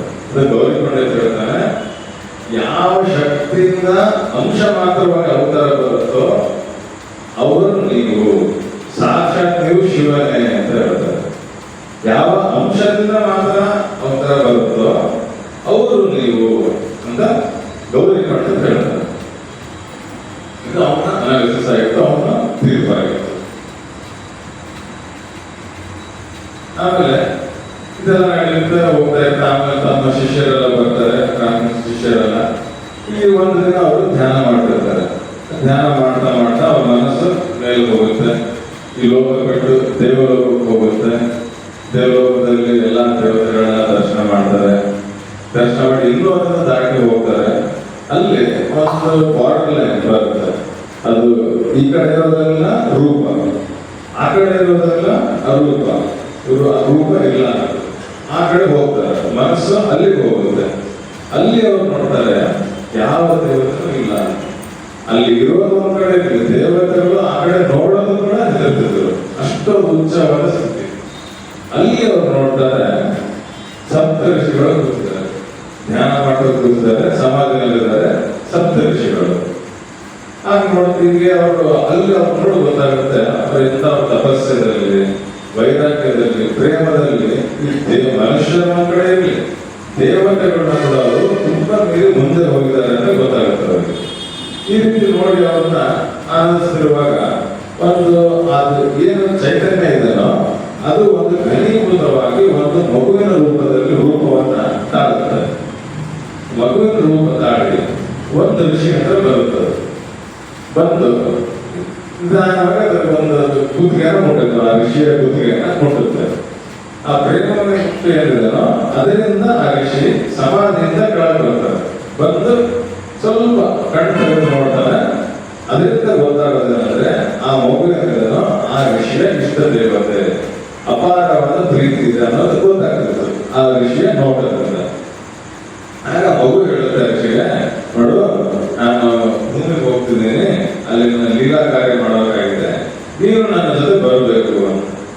ಆಗ ಋಷಿ ಚಿಕ್ಕದಾಗಿ ಹಾಕು ಮತ್ತೆ ತನ್ನ ಕಣ್ಣನ್ನು ಮುಚ್ಚಿ ಸಮಾಧಿನಲ್ಲಿ ಲೀನ ಆಗ್ತಾನೆ. ಆಗ ಆ ಋಷಿಯ ಒಂದು ಅಂಶ ಈ ಭೂಲೋಕಕ್ಕೆ ಬರುತ್ತದೆ. ಆಗ ಶ್ರೀರಾಮಕೃಷ್ಣ ಹೇಳ್ತಾರೆ, ನಾನು ದರ್ಶನ ಮಾಡಿದ್ದೆ, ಆ ದರ್ಶನದಲ್ಲಿ ಋಷಿಯ ಏನು ಅಂಶ ಬಂತು ಅದೇ ಸ್ವಾಮಿ ವಿವೇಕಾನಂದರು. ಅದೇ ಸ್ವಾಮಿ ವಿವೇಕಾನಂದ. ಸರಿ ಆಯ್ತು, ಆ ಋಷಿಯನ್ನು ವಿವೇಕಾನಂದ ಸರಿ. ಆಗ ಅಲ್ಲಿದ್ದು ಭಕ್ತರಿಗೆ ಪ್ರಶ್ನೆ ಬರುತ್ತೆ, ಸರಿ ಅವರೆಲ್ಲ ವಿವೇಕಾನಂದರು, ಆದ್ರೆ ಅದು ಮಗು ಇತ್ತಲ್ಲ ಅದು ಯಾರು? ಅವ್ರು ರಾಮಕೃಷ್ಣ ಹೇಳ್ತಾರೆ, ಆ ಮಗು ಬೇರೆ ಯಾರು ಅಲ್ಲ, ನಾನೇ ಆ ಮಗು. ಇಲ್ಲಿ ನಮಗೆ ನೋಡೋಕೆ ಸಿಗೋದು ಸಚ್ಚಿದಾನಂದ ಚೈತನ್ಯವೇ ಘನೀಭೂತವಾಗಿ ಶ್ರೀರಾಮಕೃಷ್ಣರು ಆಗಿರುವುದು. ಆಮೇಲೆ ಕೃಷ್ಣ ರೂಪದಲ್ಲೂ ಅವರು ದರ್ಶನ ಕೊಟ್ಟಿದ್ದಾರೆ, ತಮ್ಮನ್ನ ವ್ಯಕ್ತಗೊಳಿಸ್ಕೊಂಡಿದ್ದಾರೆ. ಅದ್ರ ಬಗ್ಗೆ ಒಂದು ದರ್ಶನ ಅವರು ಹೇಳ್ತಾರೆ. ಈ ರೀತಿ ಒಂದ್ಸರಿ ಅವರು ಧ್ಯಾನ ಮಾಡ್ತಾ ಇದ್ರು. ಧ್ಯಾನದಲ್ಲಿ ನೋಡ್ತಾರೆ ವೃಂದಾವನಕ್ಕೆ ಹೋಗಿದ್ದಾರೆ. ಅವರು ವೃಂದಾವನಕ್ಕೆ ಹೋಗಿದ್ದಾರೆ. ಅಲ್ಲಿ ದೊಡ್ಡ ದೊಡ್ಡ ಕಮಲದ ಹೂಗಳಿದ್ದಾವೆ, ದೊಡ್ಡ ದೊಡ್ಡ ಕಮಲದ ಹೂಗಳಿದ್ದಾವೆ. ಅದ್ರ ಮೇಲೆ ಇಬ್ಬರು ಪುಟ್ಟ ಬಾಲಕರು, ಸುಂದರವಾದ ಬಾಲಕರು ನೃತ್ಯ ಮಾಡ್ತಿದ್ದಾರೆ. ಅದು ಯಾವ ಬಾಲಕ ಅಂದ್ರೆ, ಒಬ್ಬ ಬಾಲಕ ಕೃಷ್ಣ ಬಾಲಗೋಪಾಲ, ಇನ್ನೊಬ್ಬ ಬಾಲಕ ರಾಕಾಲ, ವೃಂದಾವನದಲ್ಲಿರೋ ಒಬ್ಬ ಬಾಲ. ಅವರಿಬ್ಬರು ಸ್ನೇಹಿತರು, ಅವರಿಬ್ಬರು ಆನಂದದಿಂದ ನೃತ್ಯ ಮಾಡ್ತಿದ್ದಾರೆ. ಆಗ ರಾಮಕೃಷ್ಣ ಹೇಳ್ತಾರೆ, ಆ ಯಾರ ಗ್ವಾಲ ಇತ್ತಲ್ಲ ಆ ಗ್ವಾಲನೇ ಈಗ ಇರೋ ರಾಕಾಲ. ಅಂದ್ರೆ ಸ್ವಾಮಿ ಬ್ರಹ್ಮಾನಂದರು ಯಾರಿದ್ದಾರೋ ಅವರೇ ರಾಮಕೃಷ್ಣ ಕೃಷ್ಣ ಅವತಾರದಲ್ಲಿ ಅವರ ಲೀಲಾ ಸಮಾಚಾರ. ಇದರಿಂದ ನಮಗೆ ನೋಡೋದು ಗೊತ್ತಾಗೋದು ಅವರು ಶ್ರೀಕೃಷ್ಣ ಪರಮಾತ್ಮ ಅಂತ. ಅದಂತೆ ಇನ್ನೊಬ್ಬ ಭಕ್ತರು ಗೋಪಾಲನ ತಾಯಿ ಅಂತ, ಗೋಪಾಲ ಅಂತ ಹೇಳ್ತಾರೆ. ಗೋಪಾಲನ ತಾಯಿ ಯಾರು? ಈ ಗೋಪಾಲನ ತಾಯಿ, ಆ ಗೋಪಾಲನ ತಾಯಿ ಒಬ್ಬ ಬಾಲವಿದ್ದವೆ ಇಲ್ಲಿ ದಕ್ಷಿಣೇಶ್ವರದಿಂದ ಸ್ವಲ್ಪ ದೂರದಲ್ಲಿ ವಾಸವಾಗಿದ್ದು. ಬಾಲವಿದ್ವೆ ಆಗಿದ್ದರಿಂದ ಚಿಕ್ಕಂದಿನಿಂದಲೇ ಕೃಷ್ಣನ ಭಕ್ತೆ. ದಿನಪೂರ್ತಿ ಜಪ ಮಾಡೋದು ಮತ್ತು ಸ್ವಲ್ಪ ಅಡುಗೆ ಮಾಡೋದು, ಅದನ್ನೇ ಕೃಷ್ಣನಿಗೆ ನೈವೇದ್ಯ ಮಾಡಿ ಅದನ್ನೇ ಪ್ರಸಾದ ಸ್ವೀಕರಿಸೋದು, ದಿನಕ್ಕೆ ಒಂದೇ ಸಾರಿ ತಿನ್ನೋದು, ಪ್ರಸಾದ ಮಾಡೋದು, ಇದೇ ಅವಳ ರೂಟೀನ್ ಆಗಿತ್ತು, ದಿನಚರಿ ಆಗಿತ್ತು. ಎಷ್ಟು 30 ವರ್ಷಗಳವರೆಗೆ ಈ ರೀತಿ ಎಲ್ಲ ಸಾಧನೆ ಮಾಡಿ ತಪಸ್ಸೆ ಮಾಡಿ ಒಂದು ಸಾರಿ ಶ್ರೀರಾಮಕೃಷ್ಣನ ಬಗ್ಗೆ ಗೊತ್ತಾಗುತ್ತೆ. ಅವಳು ರಾಮಕೃಷ್ಣ ಹತ್ರ ಬರ್ತಾಳೆ. ಬಂದ ಕೂಡಲೇ ರಾಮಕೃಷ್ಣ ಏನ್ ಕೇಳ್ತಾರೆ, ನನಗೆ ತಿನ್ನೋದಕ್ಕೆ ಏನಾದ್ರು ತಂದಿದ್ಯಾ ನೀನು ಅಂತ. ತಂದಿರ್ತಾರೆ, ಚಿಕ್ಕದೊಂದೇನೋ ತಂದಿರ್ತಾರೆ. ಆದ್ರೆ ಅವ್ರಿಗೆ ಸಂಕೋಚ, ಇದೆಲ್ಲ ಎಷ್ಟು ಸಾಹುಕಾರರೆಲ್ಲ ಕೂತಿದ್ದಾರೆ, ಇಂಥ ದೊಡ್ಡ ಮನುಷ್ಯರೆಲ್ಲ ಕೂತಿದ್ದಾರೆ. ಆದ್ರೆ ನಾನು ಈ ತರದ್ದೆಲ್ಲ ಕಳಪ ಬೆಳೆಯೋದು, ಈ ತರ ಕಳಪೆಲ್ಲ ತಂದಿದ್ದೀನಿ, ಇದನ್ನ ಹೇಗೆ ಕೊಡೋದು ಅಂತ ಕೊಡಲ್ಲ ಮೊದಲು. ಆದ್ರೂ ರಾಮಕೃಷ್ಣ ಇಲ್ಲ, ಕೊಡು ಅಂತ ಹೇಳಿ ಇಸ್ಕೊತಾರೆ. ಇಸ್ಕೊಂಡು ಆಗ್ಲೇ ಅದನ್ನ ತಿನ್ನೋ ಶುರು ಮಾಡ್ತಾರೆ. ತಿಂದು ಹೇಳ್ತಾರೆ, ತುಂಬಾ ಚೆನ್ನಾಗಿದೆ, ಬಹಳ ಚೆನ್ನಾಗಿದೆ, ಇದು ಅಮೃತ ತರ ಇದೆ ಇದು ಅಂತ ಹೇಳ್ತಾರೆ. ಅದನ್ನ ಹೇಳ್ತಾರೆ. ಆಮೇಲೆ ಸರಿ ಇದನ್ನ ತಂದಿದ್ಯಾ, ಇದರಿಂದ ಕೊಂಡುಕೊಳ್ಳೋದೆಲ್ಲ ಬೇಕಿಲ್ಲ ಅಂಗಡಿನಲ್ಲಿ, ನೀನಾಗಿ ಅಡಿಗೆ ಮಾಡಿ ನನಗೆ ತಗೊಂಡ್ ಬಾ ಅಂತ ಹೇಳ್ತಾರೆ. ಆಯ್ತು ಸರಿ. ಆಶ್ಚರ್ಯ ಆಗ್ತದೆ ಗೋಪಾಲವಾಗಿ, ಏನಪ್ಪ ನಾನು ಒಬ್ಬ ಸಾಧುವನ್ನ ನೋಡ್ಲಿಕ್ಕೆ ಅಂತ ಬಂದೆ, ಸಂತನ ನೋಡ್ಲಿಕ್ಕೆ ಅಂತ ಬಂದೆ, ಇನ್ನೊಂದು ಬಗ್ಗೆ ಕೇಳ್ತಾರ. ಸರಿ ಆಯ್ತು, ಈ ಸಲ ಬಂದ್ರೆ ಸರಿ, ಬಟ್ ನಾನು ಮುಂದಿನ ಸಲ ನಾನು ಇಲ್ಲಿಗೆ ಬರಲ್ಲ, ಇಲ್ಲಿನ ಬರೋಕೆ ಹೋಗಲ್ಲ ಅಂತ ಅನ್ಕೋದು ಗೋಪಾಲ. ಆಯ್ತು, ಅಲ್ಲಿಂದ ಹೋದ ಕೂಡ ಮತ್ತೆ ನಾನು ಯಾವಾಗ ರಾಮಚಂದ್ರ ಹೋಗ್ತೀನೋ ಅದೇ ವಿಚಾರ ಯಾವಾಗ ಹೋಗ್ತೀನಿ ಅಂತ. ಕೆಲವು ದಿನದಲ್ಲೇ ಮತ್ತೆ ಹೋಗ್ತಾಳೆ. ಆ ರೀತಿ ತಾನೇ ಎಲ್ಲ ಮಾಡ್ಕೊಂಡು ಹೋಗಿರ್ತಾಳೆ. ಹೋಗ್ಬಿಡ ಮತ್ತೆ ಅದೇ ರಾಮಚಂದ್ರ ನನಗೆ ಏನ್ ತಂದಿದ್ದ ಕೊಡು ಅಂತ ಅಂದ್ರೂ ಕೊಡ್ತಾಳೆ. ಮತ್ತೆ ತುಂಬಾ ಆನಂದ ಅಮೃತ ಇದು ಅಮೃತ ಆಗಿದೆ ಅಂತ ಅವರು ಸ್ವೀಕರಿಸ್ತಾರೆ. ಈ ರೀತಿ ಕೆಲವು ಸರಿ ಆಗುತ್ತೆ. ಒಂದ್ ರೀತಿ ಒಂದ್ ಕಡೆ ಅನ್ಕೋತಾರೆ, ಏನು ಎಂತ ಸಂತ ಎಂತ ಸಾಧು ಬರೀ ತಿನ್ನೋಕೆ ಕೇಳ್ತಾನೆ, ಭಗವಂತನ ವಿಷಯ ಏನಿಲ್ಲ ಅಂತ ನೆನಪು. ಪ್ರತಿ ಸರಿನೂ ಅಲ್ಲಿಗೆ ಹೋದಾಗ ಅನ್ಕೊಳ್ಳೋದು, ನಾನು ಇನ್ಮೇಲೆ ಮತ್ತೆ ಇಲ್ಲಿ ಬರೋಲ್ಲ ಅಂತ. ಅಲ್ಲಿಂದ ಯಾವಾಗ ದಕ್ಷಿಣದಿಂದ ಹೊರಟು ಕೂಡ ಮತ್ತೆ ಯಾವಾಗ ಹೋಗ್ತೀನಿ ಅನ್ನೋದೇ ಮನಸ್ಸಿನ ವಿಚಾರ. ಆ ರೀತಿ ಸೆಳೀತಾ ಇರ್ತಾರೆ ರಾಮಕೃಷ್ಣ. ಈ ರೀತಿ ನಡೀತಾ ಇರುತ್ತೆ. ಒಂದಿನ ಬೆಳಿಗ್ಗೆ ಎಲ್ಲ ತನ್ನ ಜಪದೇನವೆಲ್ಲ ಮಾಡಿ ಮುಗಿಸಿ ಇನ್ನೇನು ಫಲವನ್ನು ಅರ್ಪಣೆ ಮಾಡಬೇಕು. ತನ್ನ ಮನೆಯಲ್ಲಿ ಗೋಪಾಲಕ ತನ್ನ ಮನೆಯಲ್ಲಿ ಶ್ರೀರಾಮಕೃಷ್ಣರನ್ನ ಕಾಣ್ತಾರೆ. ನೋಡಿ ಆಶ್ಚರ್ಯ ಆಗುತ್ತೆ, ಏನಿದೆ ಈ ಬೆಳಗಿನ ಜಾವ ಎಲ್ಲಿಂದ ಹೇಗೆ ಬಂದರು, ಯಾವಾಗ ಬಂದರು, ಮನೆ ಬಾಗಿಲ ಹತ್ರ ಮುಚ್ಚಿದೆ, ಇವ್ರು ಹೇಗೆ ಬಂದರು ಅಂತ ಸ್ವಲ್ಪ ನೋಡಿ ಆಶ್ಚರ್ಯ ಆಗುತ್ತೆ. ಆಯ್ತು ಸರಿ, ನಿಜವಾಗ್ಲೂ ಇದ್ದಾರೆ ನಾನು ಬರೀ ಭ್ರಮೇನ ಅಂತ ಹೇಳ್ಬಿಟ್ಟು ಮುಟ್ತಾಳೆ. ಮುಟ್ಟಿದ ಕೂಡಲೇ ಆ ರಾಮಕೃಷ್ಣರು ಮಾಯವಾಗುತ್ತಾರೆ. ಮಾಯವಾಗಿ ಆ ಜಾಗದಲ್ಲಿ ಬಾಲಗೋಪಾಲ ಪ್ರತ್ಯಕ್ಷ ಆಗ್ತಾರೆ. ಸಶರೀರವಾಗಿ ಬಾಲಗೋಪಾಲ ಪ್ರತ್ಯಕ್ಷ ಆಗ್ತಾರೆ. ಆ ಅಧ್ಯಾತ್ಮದಿಂದ ಅವಳು ಮನಸ್ಸೇ ಚೇಂಜ್ ಆಗುತ್ತದೆ. ಸಂತೋಷ ಏನಿರುತ್ತೆ ಅದು ತಡೆಯೋಕ್ಕಾಗಲ್ಲ. ಬೆಳಿಗ್ಗೆ ಆದ ಕೂಡಲೇ ಆ ಮಗುನ ತನ್ನ ಎತ್ಕೊಂಡು ದಕ್ಷಿಣೇಶ್ವರ ಓಡ್ತಾಳೆ. ಕುರ್ಚಿ ಹಿಡಿದಿರೋ ತರ ಓಡ್ತಾಳೆ ದಕ್ಷಿಣೇಶ್ವರಕ್ಕೆ. ಸೀರೆ ಒಂದು ಬೀಳ್ತದೆ, ಆ ಮಗು ಎತ್ಕೊಂಡಿದ್ದಾಳೆ, ಓಡ್ತಾಳೆ. ಕೂದಲೆಲ್ಲ ಗೆಲ್ಕೊಂಡಿದೆ, ಅದೇ ಅವಸ್ಥೆಯಲ್ಲಿ ಓಡ್ತಾಳೆ. ಅಲ್ಲಿ ರಾಮಕೃಷ್ಣ ಹೋಗ್ತಾಳೆ. ಹೋದ ಕೂಡಲೇ ರಾಮಕೃಷ್ಣರು ಅದನ್ನ ನೋಡಿ ಸಮಾಧಿಸ್ತರಾಗ್ತಾರೆ. ಆ ಮಗು ಏನಿದಾನೋ ಅಲ್ಲಿ ಒಂದ್ ಕಡೆ ಈ ಕಡೆ ಆ ಕಡೆ ಹೋಗುತ್ತೆ, ರಾಮಕೃಷ್ಣ ಹೋಗುತ್ತೆ, ಲೀನ ಅವರು ಲೀನ ಆಗುತ್ತೆ. ಮತ್ತೆ ಸ್ವಲ್ಪ ಆದ್ಮೇಲೆ ಅವ್ರು ಒಳಗಡೆ ಹೊರಗಡೆ ಬರುತ್ತೆ. ಇದನ್ನ ನೋಡಿ ಅವಾಗ ಅರ್ಥ ಆಯ್ತು, ರಾಮಕೃಷ್ಣರೇ ನನ್ನ ಬಾಲಗೋಪಾಲ, ನನ್ನ ಬಾಲಗೋಪಾಲನೇ ರಾಮಕೃಷ್ಣರು. ಇಲ್ಲಿ ಕೂಡ ನಮ್ಗೆ ಇಲ್ಲೇ ಗೊತ್ತಾಗೋದು ರಾಮಕೃಷ್ಣರು ಬಾಲಗೋಪಾಲ, ಶ್ರೀಕೃಷ್ಣ.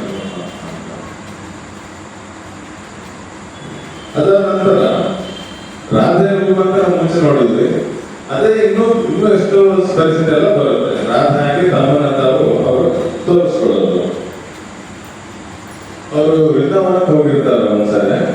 ಈಗ ಮಧುರನಾಥ ಯಾವ ಬದುಕಿರ್ತಾನೋ ಆ ಮಧುರನಾಥ ರಾಮಚಂದ್ರನ ವೃಂದಾವನ ಕರ್ಕೊಂಡು ಹೋಗಿರ್ತಾನೆ. ಅವ್ರು ಕರ್ಕೊಂಡು ಹೋದಾಗ ಅಲ್ಲಿ ಗಂಗಾ ಮಾತಾ ಅಂತ ಒಬ್ಬ ಸಾಧು ಇದ್ದು ಮಹಾಸಂತೆ. ಅಲ್ಲಿ ಏನು ವಿಚಾರ ಇತ್ತು ಅಂದ್ರೆ, ಆ ಗಂಗಾ ಮಾತನಗಳು ರಾಧಾ ರಾಣಿಯ ಅಷ್ಟಸಖಿಯಲ್ಲಿ ಒಬ್ಬಳು ಲಲಿತಾ ಅನ್ನೋ ಗೋಪಿ ಅಂತ ಅಲ್ಲಿ ಪ್ರಸಿದ್ಧಿ ಇತ್ತು. ಅವಳೆಲ್ಲ ಭಾವ ಸಮಾಧಿ ಆಗ್ತಿತ್ತು. ಎಷ್ಟೋ ಜನರೆಲ್ಲ ಅವಳನ್ನು ದರ್ಶನಕ್ಕಾಗಿ ಹೋಗ್ತಿದ್ರು. ತುಂಬಾ ಅವರೆಲ್ಲ ಭಕ್ತಿಯೆಲ್ಲ ತೋರಿಸ್ತಿದ್ರು. ಈ ರೀತಿಯಾಗಿ ನಡೀತಾ ಇತ್ತು. ರಾಮಕೃಷ್ಣನಿಗೂ ಗೊತ್ತಾಗುತ್ತೆ ಈ ರೀತಿ ಗಂಗಾ ಮಾತಾ ಅಂತ ಒಬ್ಬ ಭಕ್ತ ಇದ್ದಾಳೆ, ದರ್ಶನ ಮಾಡಬೇಕು ಅಂತ. ಯಾವಾಗ ಅವ್ರಿಗೆ ಹೋಗ್ತಾರೋ ಗಂಗಾ ಮಾತಾ ರಾಮಕೃಷ್ಣ ನೋಡ್ತಾರೋ, ನೋಡಿದ ಕೂಡಲೇ ಅಂತಾಳೆ, ಓ ದುಲಾಲಿ ಅಂತ. ದುಲಾಲಿ ಅಂದ್ರೆ ಯಾರು? ಶ್ರೀರಾಧೆ.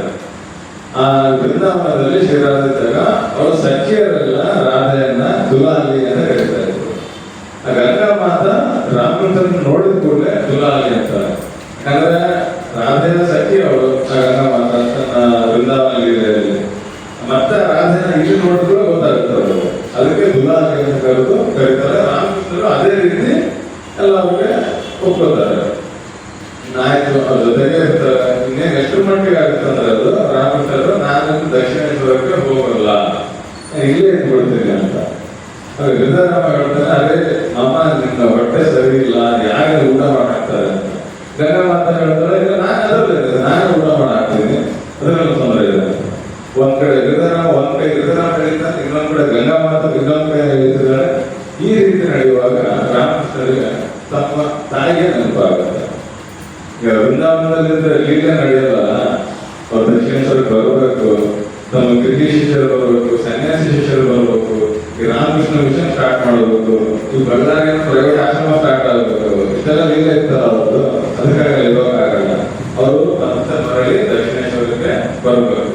ಅದಕ್ಕಾಗ ಅಲ್ಲಿ ತಾಯಿ ನೆನಪಾಗುತ್ತೆ. ಅವ್ರು ಹೇಳ್ತಾರೆ, ಇಲ್ಲ ನನ್ನ ತಾಯಿ ಒಬ್ಬರೇ ಇದ್ದಾರೆ, ನಾನು ಇಲ್ಲೇ ಇದ್ರೆ ಆಗಲ್ಲ, ನನ್ನ ತಾಯಿ ಕಷ್ಟ ಆದ್ರೆ ನನ್ನ ಭಕ್ತಿಯೆಲ್ಲ ಹೊರಟೋಗುತ್ತೆ ಅಂತ ಹೇಳ್ತಾರೆ. ಆಗ ಮತ್ತೆ ಹೇಳ್ತಾರೆ, ಇಲ್ಲ ಸರಿ ನಾನು ಹೋಗ್ತೀನಿ ಅಂತ ಅವ್ರು ವಾಪಸ್ ಬಂದ್ಬಿಡ್ತಾರೆ. ಇದು ಒಂದಾಯ್ತು ರಾತ್ರಿ. ಆಮೇಲೆ ವಿವೇಕಾನಂದರು ಕೂಡ ಈ ಒಂದು ಅನುಭವ ಆಗಿತ್ತು. ಅವರು ವಿವೇಕಾನಂದರು ಮಲಗಿದ್ರು. ಅವ್ರ ಕನಸಿನಲ್ಲಿ ನೋಡ್ತಾರೆ, ರಾಮಕೃಷ್ಣರು ಬಂದು ಅವ್ರನ್ನ ಕರೀತಾರೆ, ಈ ಬಾ ನಾನು ರಾಧೆನ ತೋರಿಸ್ತೀನಿ ಬಾ ಅಂತ. ಹೋಗ್ತಾರೆ, ಅವರು ಅವ್ರ ಜೊತೆ ಹೋಗ್ತಾರೆ. ಸ್ವಲ್ಪ ದೂರ ಕರ್ಕೊಂಡು ಹೋಗಿ ಹೇಳ್ತಾರೆ, ಹಿಂದೆಲ್ಲಿ ಹೋಗ್ತೀಯ ರಾಧೆ ನೋಡ್ಲಿಕ್ಕೆ? ನಾನೇ ರಾಧೆ ಅಂತ ಹೇಳ್ಬಿಟ್ಟು ಹೇಳಿದ ಕೂಡಲೇ ಅವರು ರಾಧೆಯಾಗಿ ಪರಿವರ್ತನೆ ಹೋಗ್ತಾರೆ. ರಾಧೆಯಾಗಿ ತಮ್ಮನ್ನ ತೋರಿಸ್ಕೊಳ್ತಾರೆ. ಇದನ್ನ ವಿವೇಕಾನಂದ ಬೇರೆಯವ್ರಿಗೆ ಹೇಳ್ತಾರೆ, ಹೌದು ರಾಮಕೃಷ್ಣ ರಾಧೆನೂ ಹೌದು ಅಂತ ಹೇಳ್ಬಿಟ್ಟು. ಅದಲ್ಲದೆ ಕಾಳಿ ರೂಪದಿಂದಲೂ ರಾಮಕೃಷ್ಣರು ತಮ್ಮ ವ್ಯಕ್ತಪಡಿಸಿದ್ರು, ಎಲ್ಲ ದರ್ಶನ ಕೊಡ್ತಾರೆ ಕಾಳಿಯ ರೂಪವನ್ನ. ಇದಕ್ಕೂ ಶ್ಯಾಮ ಪುತ್ರ ಅಂತ ಇದೆ. ಯಾವಾಗ ಅವರಿಗೆ ಗಂಟಲು ಕ್ಯಾನ್ಸರ್ ಆಯ್ತು ರಾಮಕೃಷ್ಣರಿಗೆ, ದಕ್ಷಿಣೇಶ್ವರನ ಬಿಡಬೇಕಾಯ್ತು. ದಕ್ಷಿಣೇಶ್ವರ ಕಲ್ಕತ್ತೆ ದೂರ ಇತ್ತು. ಅಲ್ಲಿಗೆ ಡಾಕ್ಟರ್ಸ್ ಎಲ್ಲ ಬಂದು ಅವರಿಗೆಲ್ಲ ಚಿಕಿತ್ಸೆ ಮಾಡೋದೆಲ್ಲ ಕಷ್ಟ ಆಗ್ತಿತ್ತು. ಆಮೇಲೆ ಅಲ್ಲಿದು ಗಾಳಿ ಮಟ್ಟ ಸರಿ ಇರಲಿಲ್ಲ. ಅದಕ್ಕಾಗಿ ಕಲ್ಕತ್ತೆಗೆ ಹೋದ್ರೆ ಅವ್ರಿಗೆ ಚಿಕಿತ್ಸೆ ಮಾಡೋದು, ಅವ್ರಿಗೆ ಏನೇನು ಬೇಕೋ ಪಥ್ಯ ಕೊಡೋದೆಲ್ಲ ಸುಲಭ ಆಗುತ್ತೆ ಅಂತ ಹೇಳ್ಬಿಟ್ಟು ಅವರು ದಕ್ಷಿಣೇಶ್ವರನ ಬಿಡಬೇಕಾಯ್ತು. ಶ್ಯಾಮಪುರಕ್ಕೆ ಹೋದ್ರು. ಅಲ್ಲಿ ಒಂದು ಮನೆಯಲ್ಲಿ ಇರೋದು ಶುರು ಮಾಡಿದ್ರು. ಆಗ ಒಂದು ಕಾಳಿ ಪೂಜೆ ಏನಿದೆ ಅದು ಬರುತ್ತೆ. ಕಾಳಿ ಪೂಜೆ ಬರುತ್ತೆ. ಅದು ಒಂದಿನ ಹಿಂದಿನ ದಿನ ರಾಮಕೃಷ್ಣ ತಮ್ಮ ಶಿಷ್ಯರಿಗೆಲ್ಲ ಹೇಳಿದ್ರು, ನೀವು ನಾಳೆ ದಿನ ನೀವು ಕಾಳಿ ಪೂಜೆಗಾಗಿ ಎಲ್ಲ ಹೂವು ಎಲ್ಲವೂ ತಗೊಂಡು ಬಂದ್ರಿ, ನಾಳೆ ದಿನ ನಾವು ಕಾಳಿ ಪೂಜೆನ ಮಾಡೋಣ ಅಂತ. ಆಯ್ತು ಸರಿ, ತಮ್ಮ ಎಲ್ಲ ಶಿಷ್ಯರೆಲ್ಲ ತಗೊಂಡು ಬಂದ್ರು ಪೂಜೆ ವಸ್ತುಗಳನ್ನ. ಈಗ ಕಾಳಿ ಪೂಜೆ ಮುಹೂರ್ತ ಹತ್ತಿರ ಬಂತು. ಕಾಳಿ ಪೂಜೆ ಮಾಡಬೇಕು. ಆದರೆ ರಾಮಕೃಷ್ಣರು ತಮ್ಮ ಕಾಳಿ ಪೂಜೆನ ಶುರು ಮಾಡ್ತಾ ಇಲ್ಲ. ಎಲ್ಲರೂ ತಮ್ಮನ್ನೇ ಬಿಸಿ ಬಿಡ್ತಾ ಇದ್ದಾರೆ, ಸಮಯ ಆಯ್ತು ಮುಹೂರ್ತ ಕಾಳಿ ಪೂಜೆ ಮಾಡಬೇಕು ಅಂತ. ಅದರಲ್ಲಿ ರಾಮಕೃಷ್ಣರು ಪೂಜೆ ಮಾಡ್ತಾ ಇಲ್ಲ. ಅದರಲ್ಲಿ ಒಂದು ಪಟವೂ ಇಲ್ಲ, ಕಾಳಿಯ ಪಟವೂ ಇಲ್ಲ, ಮೂರ್ತಿಯೂ ಇಲ್ಲ. ಆಗ ವೀರಭಕ್ತನಾದ ಗಿರೀಶನಿಗೆ ಒಂದು ವಿಚಾರ ಬರುತ್ತೆ, ರಾಮಕೃಷ್ಣರು ಯಾಕೆ ಪೂಜೆ ಮಾಡಬೇಕು? ಅವ್ರಿಗೆ ಅವಶ್ಯಕತೆ ಇದೆ, ಪೂಜೆ ಅವಶ್ಯಕತೆ ಇರೋದು ನಮಗೆ. ಆಮೇಲೆ ರಾಮಕೃಷ್ಣರೇ ಕಾಳಿ, ಅವ್ರನ್ನೇ ನಾವು ಪೂಜೆ ಮಾಡಬೇಕು ಅಂತ ಹೇಳ್ಬಿಟ್ಟು ಗಿರೀಶ್ ಹೂವನ್ನ ತಗೊಂಡೋಗಿ ಜೈ ಕಾಳಿ ಅಂತ ಅವ್ರಿಗೆ ರಾಮಕೃಷ್ಣರಿಗೆ ಅರ್ಪಿಸ್ತಾನೆ. ರೀತಿ ಹೂ ಅರ್ಪಿಸಿದ ಕೂಡಲೇ ಜೈ ಕಾಳಿ ಅಂದ ಕೂಡಲೇ ಅವರು ಸಮಾಧಿಸ್ಥರಾಗಿ ಆ ಕಾಳಿಗೆ ವರಭಯ ಮುದ್ರೆ ಏನಿದನೋ ಆ ಮುದ್ರೆಗೆ ಅವರು ಕೂಡ್ತಾರೆ. ಇದು ನೋಡಿ ಎಲ್ಲರಿಗೂ ರೋಮಾಂಚನ ಆಗುತ್ತೆ. ಎಲ್ಲರೂ ರಾಮಕೃಷ್ಣರಲ್ಲೇ ಕಾಳಿಯ ಪೂಜೆಯನ್ನು ಮಾಡ್ತಾರೆ. ಕಾಳಿಯ ಪೂಜೆಯನ್ನು ಮಾಡಿ ಎಲ್ಲರೂ ಧನ್ಯರಾಗ್ತಾರೆ. ಇದು ಆಯಿತು ಶ್ಯಾಮಪುರದ ಕಾಳಿಯ. ಅಷ್ಟೇ ಅಲ್ಲದೆ ಆಗ ಅದಾದ ನಂತರ ಕಾಶಿಪುರ ಶಿಫ್ಟ್ ಆಗಬೇಕಾಗುತ್ತೆ. ಕಾಶಿಪುರಕ್ಕೆ ಬರ್ತಾರೆ. ಅಲ್ಲಿದ್ದಾಗ ಒಂದಿನ ಶ್ರೀಮಾತ ಅವರಿಗೆ ಒಂದು ದರ್ಶನ ಆಗುತ್ತೆ ಕನಸಿನಲ್ಲಿ. ಅವ್ರು ಮಲಗಿದ್ದಾರೆ, ಅವ್ರಿಗೆ ಒಂದು ಕನಸು ಬೀಳುತ್ತೆ. ಅಲ್ಲಿ ಕನಸಿನಲ್ಲಿ ಕಾಳಿಕಾದೇವಿ ಅವ್ರು ದರ್ಶನ ಕೊಡ್ತಾಳೆ. ಅವ್ರಿಗೆ ಬಂದೆ ಆ ಕಾಳಿ ಅಂತ ನೋಡ್ತಾರೆ. ಆ ಕಾಳಿಯ ಕತ್ತೆ ಅಂತ ಒಂದ್ ಕಡೆ ವಾಲಿದೆ ಸೀಳಾಗಿಲ್ಲ. ಶ್ರೀಮಂತ ಕೇಳ್ತಾರೆ, ಅಮ್ಮ ಕಾಳಿ ಯಾಕೆ ಕತ್ತು ವಾಲಿದೆ ಅಂತ. ಅದಕ್ಕೆ ಕಾಳಿ ಹೇಳ್ತಾರೆ, ಇಲ್ಲ ರಾಮಕೃಷ್ಣ ಕತ್ತು ಕ್ಯಾನ್ಸರ್ ಆಗಿದೆ ಅದಕ್ಕಾಗಿ. ಆಗ ಶ್ರೀಮಂತ ಹೇಳ್ತಾ ಇರುತ್ತೆ, ಇದು ಹೀಗಿದೆ ಕಥೆ. ಇದು ಈಗ ರಾಮಕೃಷ್ಣರಿಗೆ ಕ್ಯಾನ್ಸರ್ ಆಗಿದೆ, ಇಲ್ಲಿ ಕಾಳಿ ಕತ್ತು ವಾಲಿದೆ, ಇನ್ನು ಅವ್ರದ್ದು ಕ್ಯಾನ್ಸರ್ ಸರಿ ಹೋಗಲ್ಲ ಅಂತ. ಅದಾದ ನಂತರ ಯಾವಾಗ ರಾಮಕೃಷ್ಣ ಮಹಾ ಸಮಾಧಿ ಆಗುತ್ತೋ ಅಂದಿನ ದಿನ ಯಾವಾಗ ಸಮಾಧಿ ಆಯಿತು, ಅಲ್ಲಿ ಬೇರೆ ಕಡೆ ಅವರು ಇದ್ರು, ಶ್ರೀಮಾತರು ಬೇರೆ ಇನ್ನೊಂದು ಕಡೆ ಇದ್ರು. ಅವ್ರ ತಕ್ಷಣವಾಗಿ ಗೊತ್ತಾಗುತ್ತೆ ರಾಮಕೃಷ್ಣ ದೇಹವನ್ನು ಬಿಟ್ಟರು ಅಂತ. ಆಗ ಅವರು ರಾಮಕೃಷ್ಣನ ಈಗ ಬಿಟ್ರೆ ಆ ಥರ ಅನ್ನಲ್ಲ.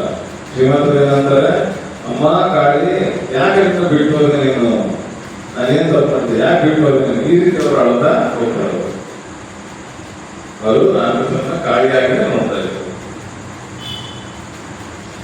ಇಷ್ಟೆಲ್ಲ ಆದ್ಮೇಲೆ ಮುಂದೆ ಒಂದು ದಿನ ಸೋದರಿ ನಿವೇದಿತ ವಿವೇಕಾನಂದರಿಗೆ ಕೇಳ್ತಾರೆ, ಹೌದು ಸ್ವಾಮೀಜಿ ನೀವು ಹೇಳ್ತೀರಲ್ಲ ರಾಮಕೃಷ್ಣ ಕಾಳಿ ಅಂತ, ಅದ ನಿಜಾನ, ಯಾಕೆ ಅದನ್ನು ಇವಾಗ ಹೇಳ್ತೀರಾ ಅಂತ. ವಿವೇಕಾನಂದ ಹೇಳ್ತಾರೆ, ಹೌದು ಇದು ನನ್ನ ದೃಢವಾದ ವಿಶ್ವಾಸ. ಕಾಳಿನೇ ರಾಮಕೃಷ್ಣರ ದೇಹದ ರೂಪವನ್ನು ಎತ್ತು ತನ್ನ ಕಾರ್ಯಗಳನ್ನ ಮಾಡಿದ್ದಾಳೆ ಅಂತ ವಿವೇಕಾನಂದರು ಸೋದರಿ ನಿವೇದಿತಾರೆ ಹೇಳ್ತಾರೆ. ರಾಮಕೃಷ್ಣರು ಕಾಶಿ ವಿಶ್ವನಾಥನಾಗಿಯೂ ವ್ಯಕ್ತವಾಗಿದ್ದಾರೆ. ಯಾಕೆ? ಸ್ವಾಮಿ ಶಿವಾನಂದರು ಒಂದು ಸಮಯದಲ್ಲಿ ಕಾಶಿಯಲ್ಲಿ ವಾಸ ಮಾಡ್ತಿದ್ರು. ಕಾಶಿಯಲ್ಲಿದ್ದಾರೆ. ಅಲ್ಲಿ ಪ್ರತೀತಿ ಏನಂದ್ರೆ, ಅಲ್ಲಿ ಸನ್ಯಾಸ ದೀಕ್ಷೆ ಏನಿದೆಯಲ್ಲ, ಅಲ್ಲಿ ಬೇರೆ ಯಾರು ಕೊಡ್ತಿಲ್ಲ. ಅದ್ರ ಮುಂಚೆ ಸ್ವಾಮಿ ಬ್ರಹ್ಮಾನಂದರಾಯ್ತು, ಬೇರೆ ಇನ್ಯಾವ ಬೇರೆ ಶಿಷ್ಯರು ಸನ್ಯಾಸ ದೀಕ್ಷೆ ಕೊಡ್ತಿರ್ಲಿಲ್ಲ. ಯಾಕಂದ್ರೆ ಅಲ್ಲಿ ಶಿವನ ಸ್ಥಾನ ಅಲ್ಲಿ ಕೊಡಬಾರದು ಅಂತ. ಆದ್ರೆ ಶಿವಾನಂದರು ಕೊಡ್ತಾ ಇರ್ತಾರೆ ಸನ್ಯಾಸ. ಅದಕ್ಕೆ ಬೇರೆಲ್ಲ ಮಾತಾಡ್ಬೇಕಾಗ್ತಾರೆ, ಇಲ್ಲ ರಾಜ ಮಹಾರಾಜ ಕೊಟ್ಟಿಲ್ಲ, ಇವರ ಕೊಟ್ಟರು. ಒಬ್ಬ ಶಿಷ್ಯ ಏನಾವಾಗ ಕೇಳ್ತಾನೆ, ಮಹಾರಾಜ ಸ್ವಾಮಿ ಈ ತರ ಯಾರು ರಾಜ ಮಹಾರಾಜ ಕೊಟ್ಟಿಲ್ಲ, ಬೇರೆ ಯಾರು ಕೊಟ್ಟಿಲ್ಲ, ನೀವು ಯಾರು ಈ ತರ ಕೊಡ್ತಿದ್ದೀರ ಅಂತ. ಅದಕ್ಕೆ ಅವ್ರು ಹೇಳ್ತಾರೆ, ಸ್ವಲ್ಪ ಗಂಭೀರ ಹೇಳ್ತಾರೆ, ಭಿಕ್ಷೆ ನಾನು ಕೊಟ್ಟಿದ್ದೀನಿ ಸರಿ, ಆದ್ರೆ ನಾನು ಗುರುಕುಲದಲ್ಲಿ ಕೊಟ್ಟಿಲ್ಲ. ಶಿವನೇ ಗುರು, ವಿಶ್ವನಾಥನೇ ಗುರು, ಅವರೇ ದೀಕ್ಷೆ ಕೊಟ್ಟಿದ್ದು, ನಾನಲ್ಲ. ಮತ್ತು ಈ ಯುಗದಲ್ಲಿ ರಾಮಕೃಷ್ಣರೇ ಕಾಶಿ ವಿಶ್ವನಾಥ ಅಂತ. ಅದಕ್ಕೆ ಅವ್ರಿಗೆ ದರ್ಶನವನ್ನು ಆ ಶಿಷ್ಯನಿಗೆ ಹೇಳ್ತಾರೆ, ನೋಡು ನಾನು ಒಂದಿನ ಮಲಗಿದ್ದಾಗ ನಂಗೆ ಸ್ವಲ್ಪ ಎಚ್ಚರ ಆಯ್ತು. ಆಗ ನನ್ನ ಮುಂದೆ ಒಂದು ದಿವ್ಯವಾದ ಬೆಳಕು ನೋಡಿದೆ ನಾನು. ಆ ಬೆಳಕು ಏನು ಅಂದ್ರೆ ಸಾಕ್ಷಾತ್ ಶಿವನೇ ನನ್ನ ಮುಂದೆ ನಿಂತಿದ್ದಾನೆ. ಆ ದರ್ಶನವನ್ನು ನೋಡಿ ನನಗೆ ತುಂಬಾ ಖುಷಿ ಆಯಿತು. ಅದು ಆಧ್ಯಾತ್ಮಿಕ ಅನುಭವದಿಂದ ನನ್ನ ಪ್ರಾಣ ಎಲ್ಲ ಕೆಳಗಡೆಯಿಂದ ತಲೆ ಕಡೆ ಹೋಗೋದಕ್ಕೆ ಶುರುವಾಯಿತು. ಆ ತಕ್ಷಣನೇ ಆ ಶಿವನ ಜಾಗದಲ್ಲಿ ರಾಮಕೃಷ್ಣರು ಬಂದು ನಿಂತರು. ರಾಮಕೃಷ್ಣರನ್ನ ನೋಡಿ ನನ್ನ ಪ್ರಾಣ ಎಲ್ಲ ಮೇಲೆ ಹೋಗಿತ್ತು, ಮತ್ತೆ ಅದು ಕೆಳಗಡೆ ಬರಲು ಶುರುವಾಯಿತು. ಆಗ ರಾಮಕೃಷ್ಣ ಹೇಳ್ತಾರೆ, ನೋಡು ನೀನು ಸಮಯ ಬಂದಿಲ್ಲ, ಇನ್ನು ನೀನು ಕೆಲಸ ಮಾಡಬೇಕು, ಇನ್ನು ಇರುವತ್ತಿನ ಜಗತ್ತಿನಲ್ಲಿದ್ದು ಕೆಲಸ ಮಾಡಬೇಕು ಅಂತ ಅವ್ರು ಹೇಳ್ತಾರೆ.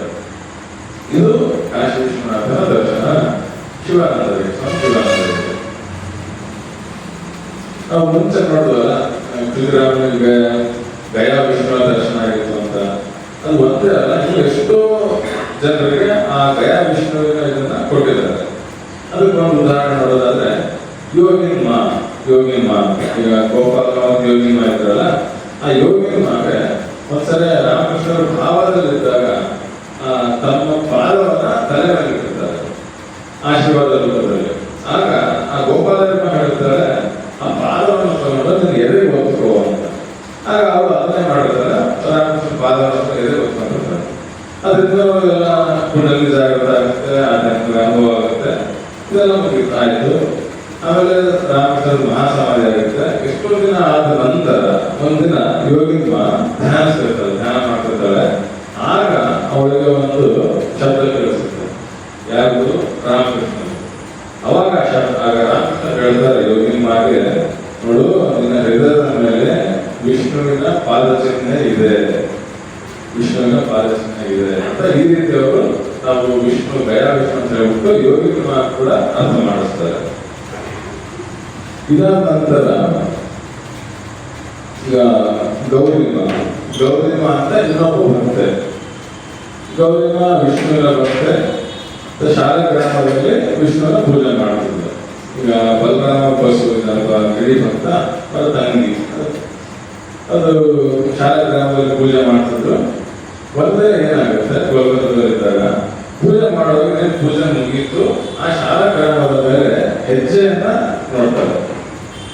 ಯಾರು ಮನುಷ್ಯನ ಹೆಜ್ಜೆ ತರ ಇದೆ ನೋಡ್ತಾರೆ. ಅದು ನೋಡಿದ್ರೆ ಅವಾಗ ಸಮಾಧಿನಲ್ಲಿ ಹೋಗಿ ಮೂರ್ಛಿಸಲಾಗ್ತದೆ. ಸಮಾಧಿನಲ್ಲಿ ಹೋಗಿ ಆಯ್ತು, ಎಲ್ಲ ಮತ್ತೆ ಬಸ್ತಾರೆ.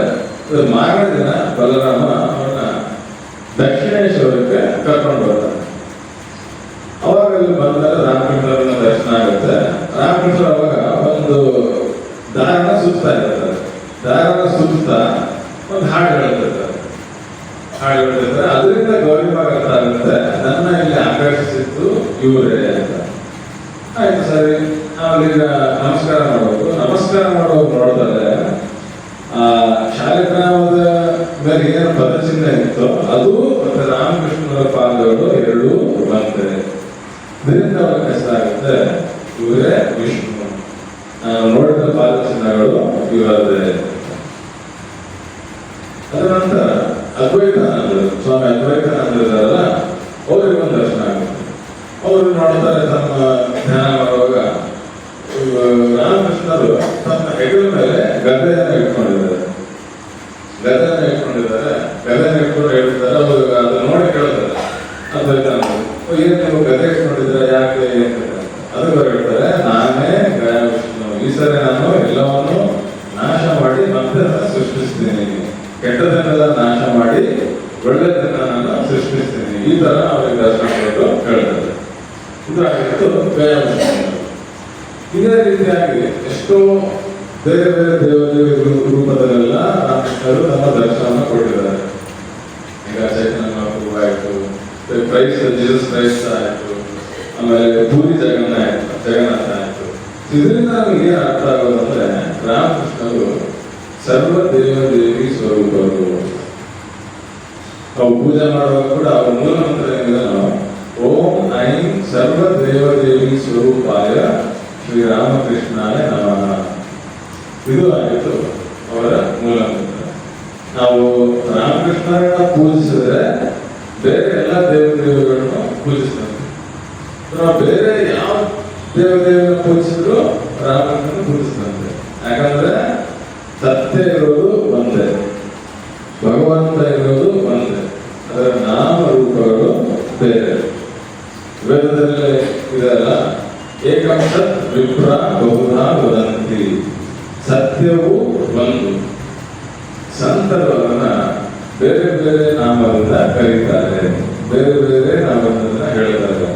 ಅದನ್ನ ನಾವು ರಾಮಕೃಷ್ಣನ ಜೀವನದಲ್ಲಿ, ರಾಮಕೃಷ್ಣ ಅವತಾರದಲ್ಲಿ ತುಂಬಾ ಡೀಟೇಲ್ ಆಗಿ ನೋಡೋ ಸಿಗುತ್ತೆ. ವಿಶಾಲವಾಗಿ ನಮಗೆ ನೋಡೋ ಸಿಗುತ್ತೆ. ಬೇರೆ ಬೇರೆ ಯಾವ ದೇವರು ಯಾವ ದೇವಿಗಳನ್ನು ವ್ಯಕ್ತವಾಗಿದ್ದಾರೋ ಅದನ್ನ ನಮಗೆ ನೋಡೋ ಸಿಗುತ್ತೆ.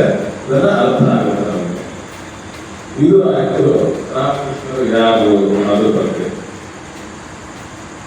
ನಂತರ ಸಂದೇಶ ಏನಿದೆ, ಅದನ್ನ ಟೈಮ್ ಸಮಯನೂ ಆಗ್ತಾ ಇದೆ. ಜಾಸ್ತಿ ನಾವು ಅದನ್ನ ನೋಡೋದ್ಬೇಕು. ಯಾಕಂದ್ರೆ ನಾನು ನನಗೆ ಗೊತ್ತಾಯ್ತು, ಇನ್ನು 3 ದಿನ ಆದ್ಮೇಲೆ ನೆಕ್ಸ್ಟ್ ಟಾಪಿಕ್ ಇರೋದು ಕೂಡ ರಾಮಕೃಷ್ಣ ಸಂದೇಶಗಳು ಅಂತ. ನಾವು ಯಾವ ಸ್ವಾಮಿ ಬರ್ತಾರೋ ಅದನ್ನ ತುಂಬ ಡೀಟೇಲ್ ಆಗಿ ಅದ್ರ ಬಗ್ಗೆ ಮಾತಾಡ್ತಾರೆ. ಅದಕ್ಕಾಗಿ ನಾನು ಅದ್ರ ಬಗ್ಗೆ ಹೇಳೋದು ಬೇಡ ಅಂತ ನಾನು ಅನ್ಕೊಂಡಿದ್ದು. ಅದಕ್ಕಾಗಿ ನಾನು ಅವರ ಬೇರೆ ದೇವತೆಯ ದರ್ಶನದಲ್ಲಿ ನಾನು ಜಾಸ್ತಿ ಸಮಯವನ್ನು ಕೊಟ್ಟಿದ್ದು. ಆದರೂ ವಿಷಯಾಂತರ ಇದೆ, ಅದಕ್ಕಾಗಿ ಸ್ವಲ್ಪ ಒಂದೆರಡು ನಾವು ಅವ್ರಿಗೇನಿದೇನೋ ಸಂದೇಶ ಅದನ್ನು ನಾವು ನೋಡೋಣ.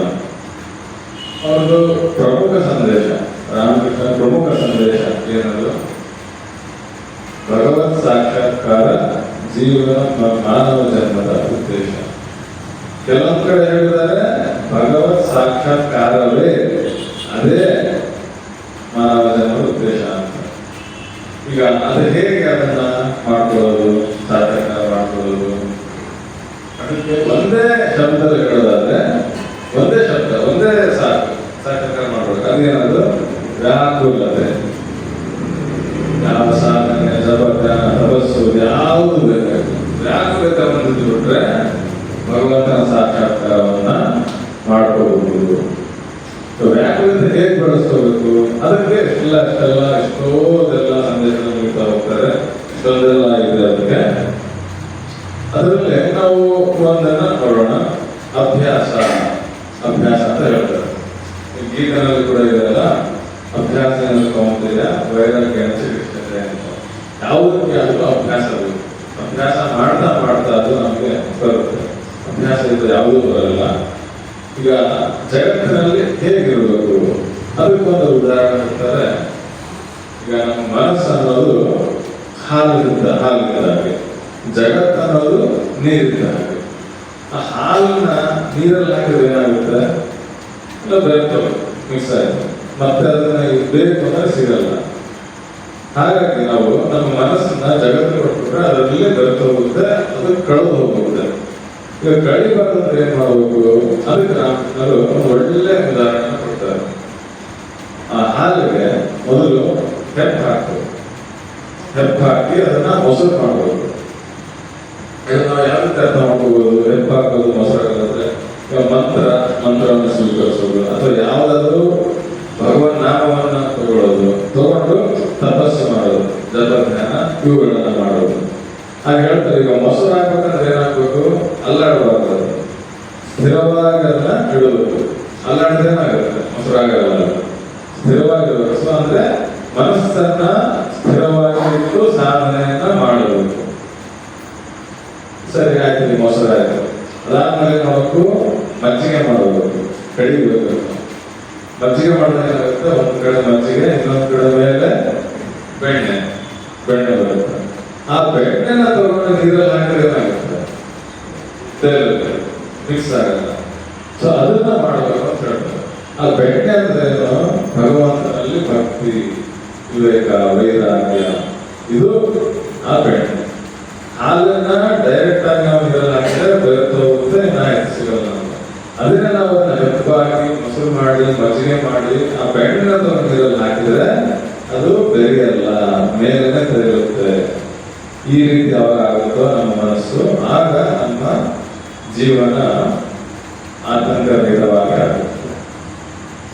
ಇಷ್ಟು ಹೇಳಿ ಇವತ್ತಿನ ಕಾರ್ಯಕ್ರಮವನ್ನ ಮುಗಿಸೋಣ. ರಾಮಕೃಷ್ಣರು ನಮ್ಮೆಲ್ಲರಿಗೂ ಅವರಲ್ಲಿ ಭಕ್ತಿಯನ್ನ, ಶ್ರದ್ಧೆಯನ್ನ, ವಿವೇಕ, ವೈರಾಗ್ಯಗಳನ್ನು ಕೊಡಲಿ ಅಂತ ಪ್ರಾರ್ಥಿಸಿ ಇಂದಿನ ಇದನ್ನ ಮುಗಿಸೋಣ. ಜಯರಾಮ್.